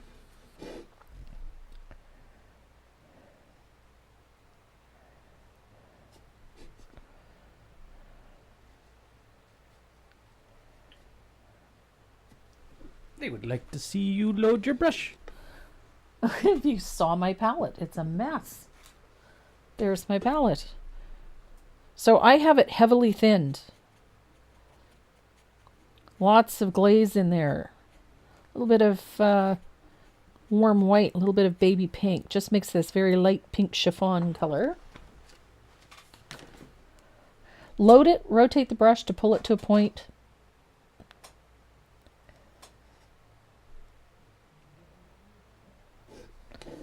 So that little bit of line work that you add to the edges of this, it just softens things. That's all. So if you're not a fan of this, you don't have to do it. This is just how I do it. And I just like that softer appearance in the centers of the flowers. It just, I don't know. It's a me thing. I just like that. And I'm going to do something similar to the leaves. I'm going to take a little of that desert cactus. And I'm going to thin that out. I just want a lighter green tone. Mix it with a little bit of warm white.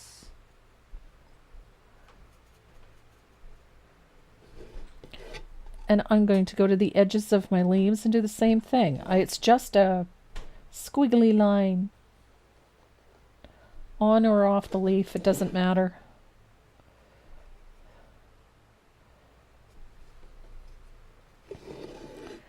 It just gives the leaf sort of a soft and delicate look.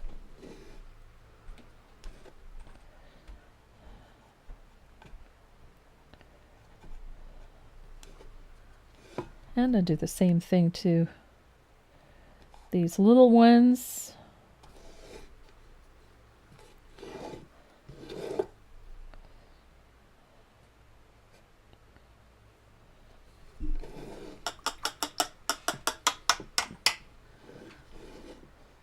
Pretty.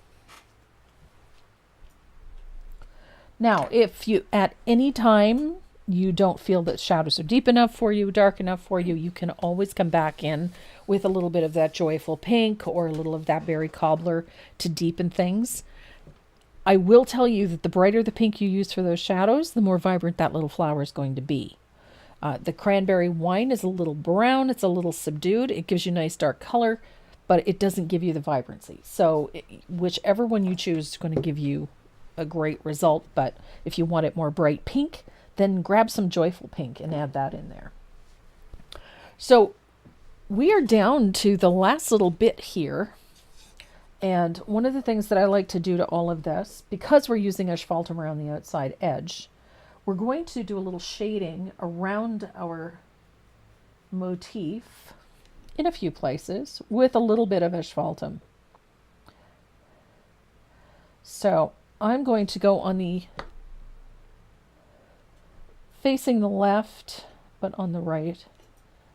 I'm going to put in just a weak float of asphaltum, nothing too over the top. It doesn't need to be super dark. It's just a little to define this.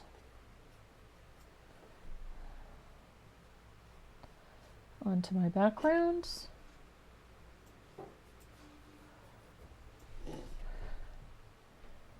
And I like this float around for a couple of reasons. One, because it'll help you sharpen edges of flowers, define things nicely. It'll create a few little shadows in the background, which works really nice.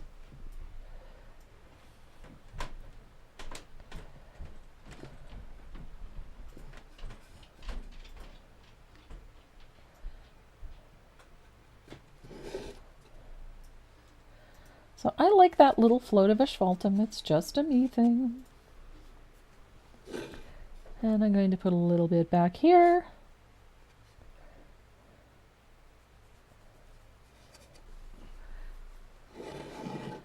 And then you're going to put some in and around these little hearts.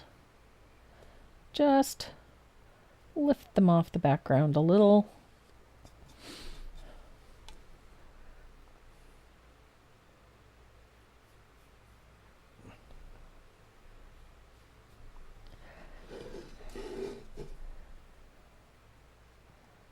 little shadow underneath my hearts with that asphaltum. Now remember, I'm going to go all the way around the outside edge of this as well with a float. But I did all of that so I could show you this.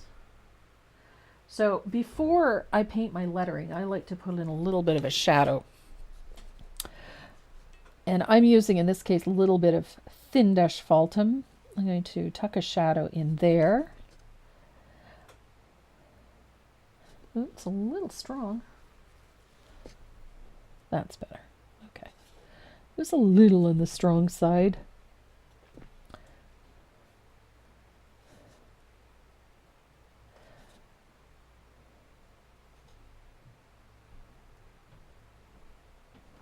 So that little shadow in there will do some interesting things for this piece. It's going to lift that lettering off, give it a little more dimension.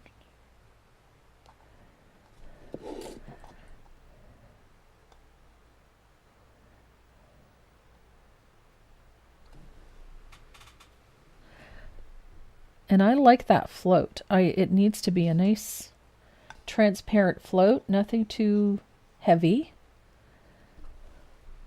If it's too heavy, then it just makes the whole thing look heavy. We just want enough to indicate that it's there, that lettering is there, that it's got some weight, but nothing too heavy. So, I think I'm happy. So left and right and bottom. So if there's a right side of that line, make sure that you get a little float in there. And now we're going to start basing out our lettering. Now I want this lettering to be a little on the bright side. I'm using a 0 rigger for this, and I'm going to use that joyful pink. Now because I've got that warm white in the background, it's going to be a little vibrant, which is what we want.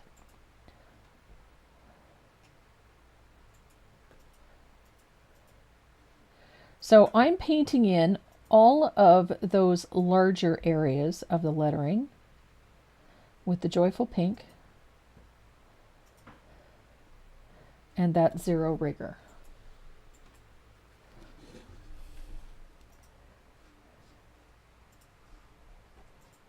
And this is the top of that V, that little teardrop shape.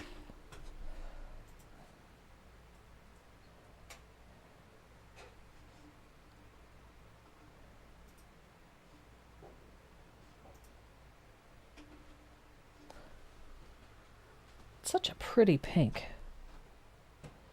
Quite joyful.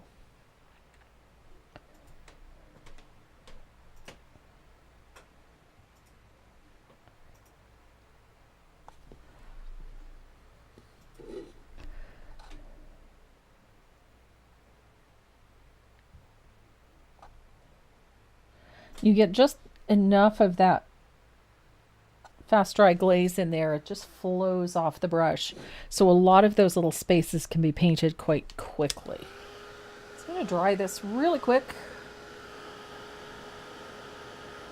Because if I don't, I'm going to end up laying my hand in it. Because that's how I roll.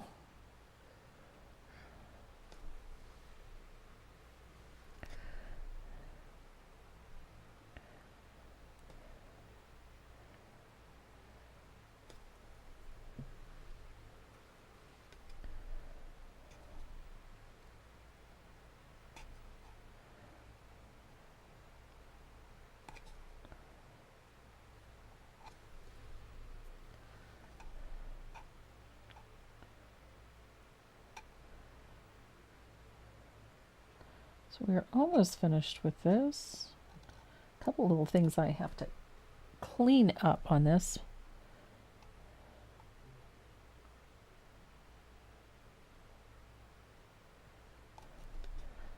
There's a little spot here that I missed.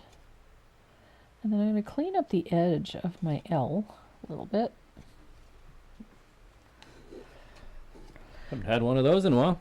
What's that? Oh, you had one of those adult dating Oh, really? Okay. It's nice. I had so many of them on the RAK side that I ended up having to privatize the group because it was ridiculous. And then Oh, the yeah? other day I had 22 requests to join the group, and it was all the same person on different pages. Same name, just a variation of the same name.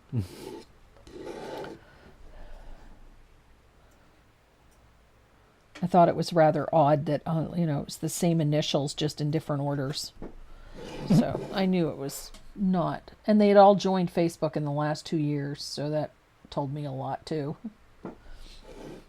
So I've got all of the larger sections of my lettering filled in with that joyful pink. Such a pretty pink. And I'm going to grab my... It's joyful pink. It's joyful pink, yes. Not pretty pink. No, it's joyful pink. A happy pink. I want a golden doodle. A golden doodle. My friend who has minis for 500.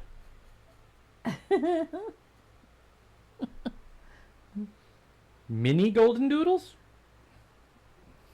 Mini golden doodles? That's weird. Never heard of a mini golden doodle.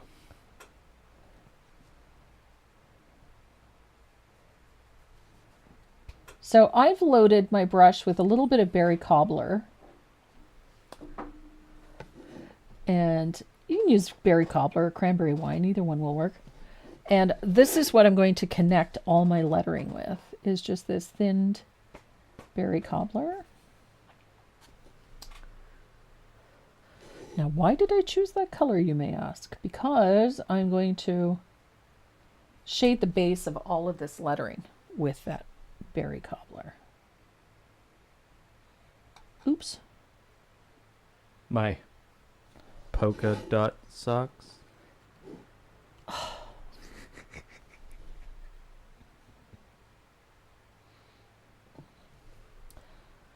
I'm not dignifying that with a remark.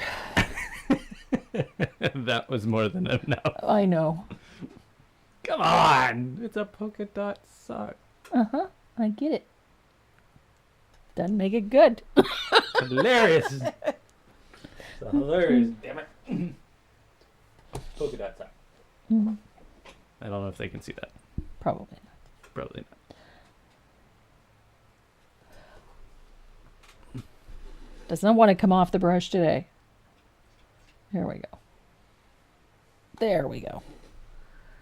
So I'm just connecting all of those lines with my extra long detail liner and some thinned berry cobbler.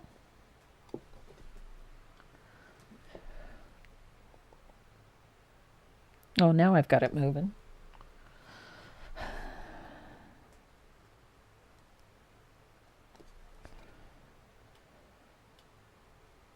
Oops. Good grief. Okay. So now I'm just going to add a little shadow to the base of each of my letters with a little float of berry cobbler. Down at the bottom of the letter, right here. It's just a little float.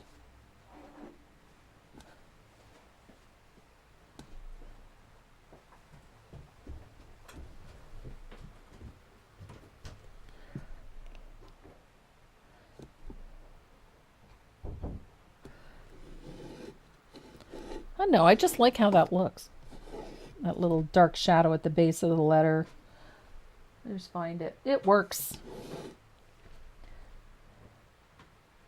Just gives the letters a bit more dimension and a bit more shape. And I'm thinking I'll do it at the top too, because I can. There we go.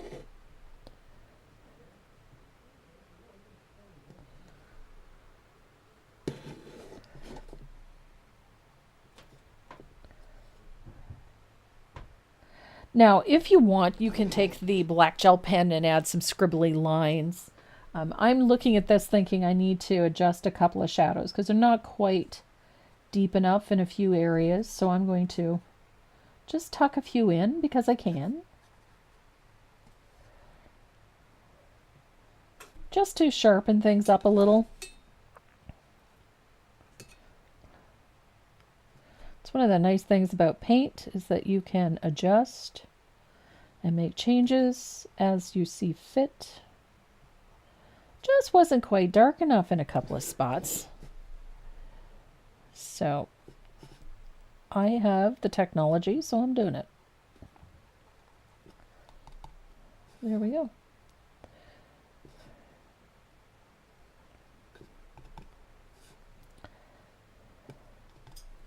So now our flower, yeah, that's a little bit better. It was a little too light in the center there. In a few little spots there, the shadows were not quite dark enough, so it was looking a little peaky. And that's much better. So now I've got some nice dark shadows. Now we have a couple more things to do. One of them is to add some fun details to our heart. But before we do that, I'm going to finish these leaves because this is driving me crazy. I keep forgetting these little things. So a little bit of thinned mermaid's tail for the stems on these little leaves.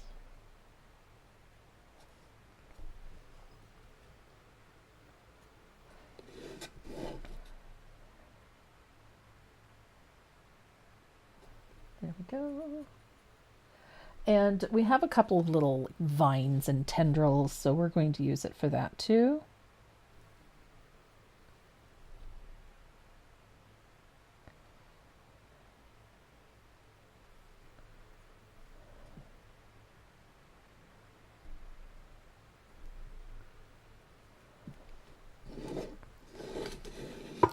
Those little vines and tendrils, they serve a purpose. They fill up negative space. They also soften things nicely. Didn't quite have enough oomph on that. There we go. I seem to be liner brush disabled today. Can't seem to get the loads right. There we are. So we have our nice little vines and tendrils done. So we're going to add a fun little detail to this.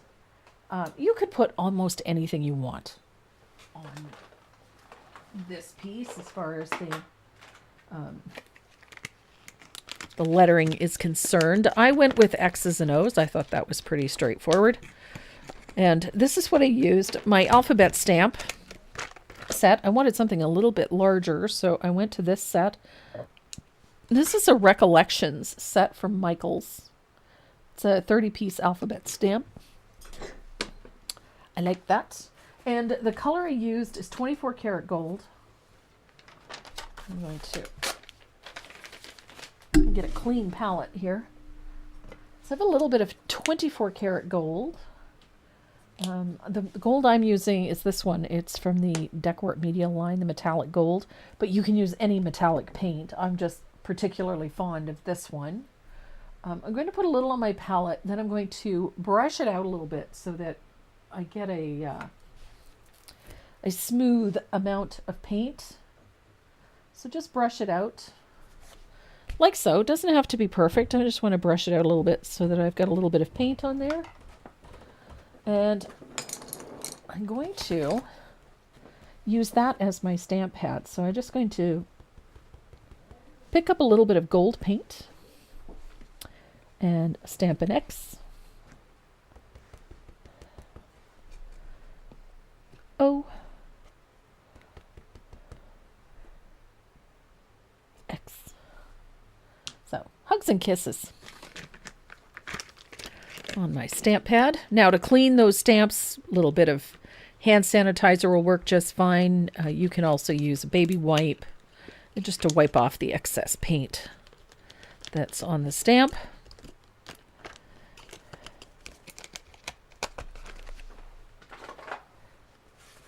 Now I also want to take a little bit of that gold paint. No, Linda, no glitter. You could put glitter on this. I think it'd be cute with glitter. No. Little string on your tag, but you're going to need a little highlight on it so that gold stands out a little bit. So just a little, I'm using a little bit of warm white. just to stroke in a little highlight. There we go. I like the gold. You could use anything. You could white, black, pink if you wanted to. You could, anything. But I just kind of like that little flash of gold that's in there. So we only have a couple more steps to do. Now, I've got a Stays-On stamp pad. Now, you could do that sort of that chipped wood effect around the outside edge. I kind of liked this. This I did with stamp pad, just using that and rubbing the edges of the surface. And if you change the angle, you'll get a wider application. If it's a sharp angle, it'll just give you a little. But I kind of like in the corners, laying it flat a little bit so that I get a bit more color. And if I tilt it, I get sort of a softer diffusion with an irregular edge, which that appeals to me too. So, I don't know. Put that in there. Kind of like those, little bits that come in. I like that. That's a me thing. So I'm going to take a second to dry this, and then we're going to put that float of asphaltum around the outside edge. And then we only have a couple more little things to do to this. Bob's your uncle, Sally's your aunt. Oh. What? Hey, Cheryl donated $5. Nice. It's apparently a Shiba Inu dog saying, "Hey, you." There we go. So I'm going to take that big angled shader that we used right at the very beginning. Hiya. And a little bit of asphaltum. Oh.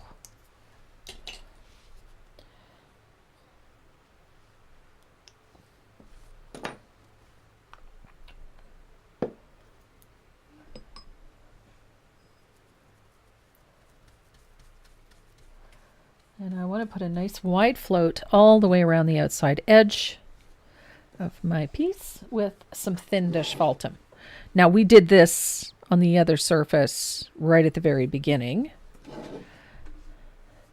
but you can also do it right at the end. So if you want to adjust it, make it a little darker to suit your piece, that's entirely up to you. So I'm happy with that. Nice wide float all around the outside edge. Just one more thing to do to this, and that is some spatter. Spatter? Because I like spatter. I'm using a little bit of thin asphaltum for this. And I'm going to spatter. I like it fine, so I use this method. It's a little bit of spatter. And then I'm going to clean my brush out, and I'm going to do it again, this time with a little bit of warm white. So I'll grab some warm white.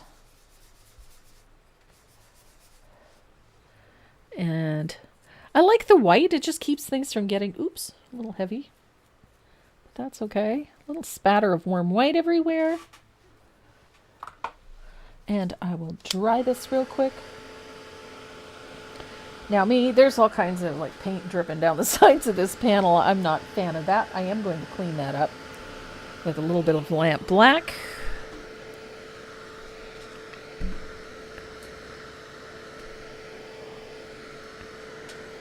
And there you go.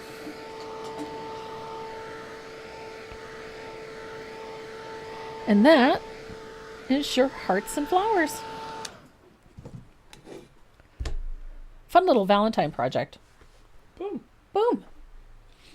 Super easy. Yay. It takes no time really to paint this. If it's prepped, it's a quick project. And it looks really nice. I think they're quite pretty. So I have some friends that are going to be getting Valentine's goodies. Mm-hmm. I like the change with the lace at the top of the cup. I just think it's a nice little add-on. This is me winging it. Fun piece. A lot of fun. I hope you guys got something out of this one. The stencils, as I said, you can use any heart stencil, would work just fine in the back. You could use polka dots instead if you can't find the heart stencils. almost anything will work in that background. I just kind of like the little hearts. And these ones are from the Stencil studio. We are sold out of them, though. I'm surprised by that. But. There we go. So Renee is setting up the wheel because we have 6 giveaways this week.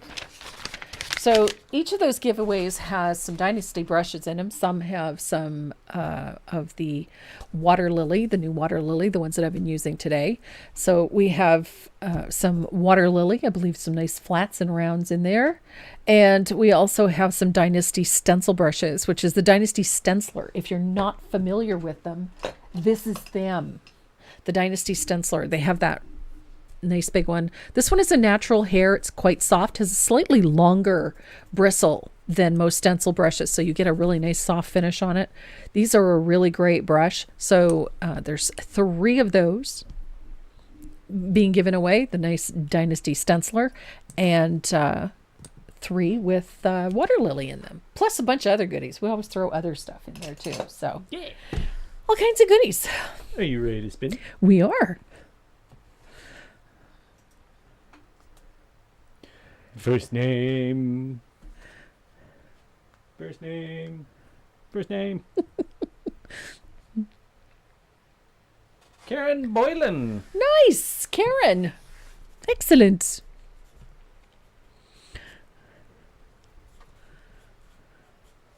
The Glitter Fund, actually. Excellent. $229.93. I'm not looking. No. He doesn't want to know, but he wants to know, you know? Karen Boylan. So we get a bunch of new goodies in this week for giveaways. So we've got the buttons back in. A lot of people really like the buttons. So we got more buttons back in. We've got rainbow pens coming. Those should be here this week too. For another name. Yeah. Oh my goodness. I look like death warmed over. The itchy nose, runny eyes. Yeah, the lights don't help. Nina Nwasik? Yeah, Nina Iwasek from Saskatchewan, I believe. That's a name. It is name. Glad you joined us, Nina. Oh. Boom. Pardon me, my eyes are so itchy. Yeah. Oh, That's 2. I like to make things difficult for him. We're doing another name. Dun, dun, dun, dun, dun, dun, My dun, eyes. dun, dun. Sandy Fowler. Excellent, Sandy. Thanks for watching.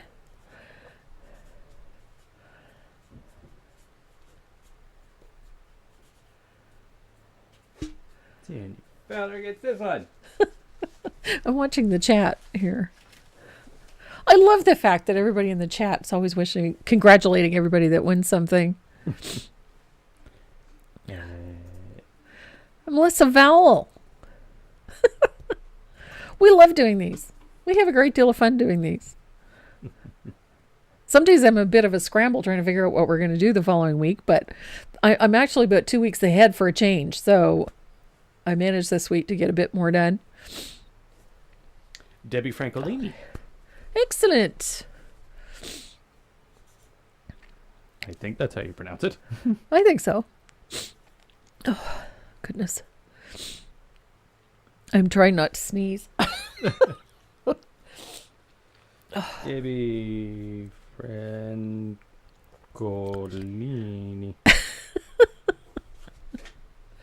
You get this one. Whatever's in there. That sounds like water lily. I think you could probably tell by the way they feel. So,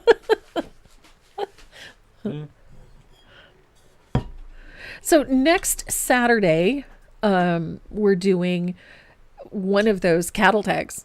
I still have 2 remaining. Have the designs on my desk. One of them is 90% painted. We're doing the goat next week. next Saturday. No, you did the sheep last. We did the sheep last time. So we're going to do the goat this time around. Karen Talbot. Karen Talbot. Thanks for watching, Karen. So we're going to be doing one of the cattle tags. Of course, it always includes some sort of little flower, something country-ish. And this one's got a fun little finish to create denim. And I think you're going to like it. I like it. I think it's really cute. And then the following week, we're doing the last in the series. We're going to be doing the horse. And that one is called Wild Rose Saddle Soap. I'm excited about that one. So we're doing one with wild roses, but this coming Saturday we're doing the goat, and it's Goat Milk Soap is the name of the project. So it's going to be fun. We'll have the pattern posted for you tomorrow. And since it's the last one, I'll do a quick shuffle. And off we go. Oh. Who do we got? Who do we got? Who do we got? Get.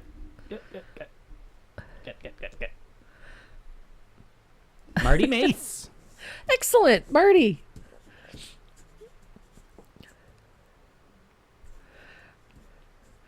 So our winners today are Marty Mace, Debbie Francolini, Karen Talbot, Nina Iwasiuk, Karen Talbot, and what was the last one? Sandy Fowler. Sandy Fowler, and the very first one was Karen as well. Karen Boylan. Excellent. Excellent, excellent, excellent. Boom. Me waving. Oh, goodness. All right, gang, that is it for us this week. Thanks so much for joining us as you do every Saturday. We really do appreciate it. We have a lot of fun doing it. So watch for the pattern for next Saturday's class. It is the goat on the cattle tag. I love these. I just think they're so fun. So we'll have the pattern up. We've also put all of the cattle tags and everything on sale, so save you a little bit of money. And don't forget, there is a hidden coupon code, and you have until February 14th to use it. Because then we change it and put up a different one. But we have a special Valentine's one up. So have a look for that. And in the meantime, please, everybody, stay well, stay safe. Mwah. We love you. Take care. We'll see you next week. Okay, now. Bye-bye then. Okay, now. Bye then. Oh, and pet your dog. Hi. I Pet your dog. I beat him too. Have a good weekend.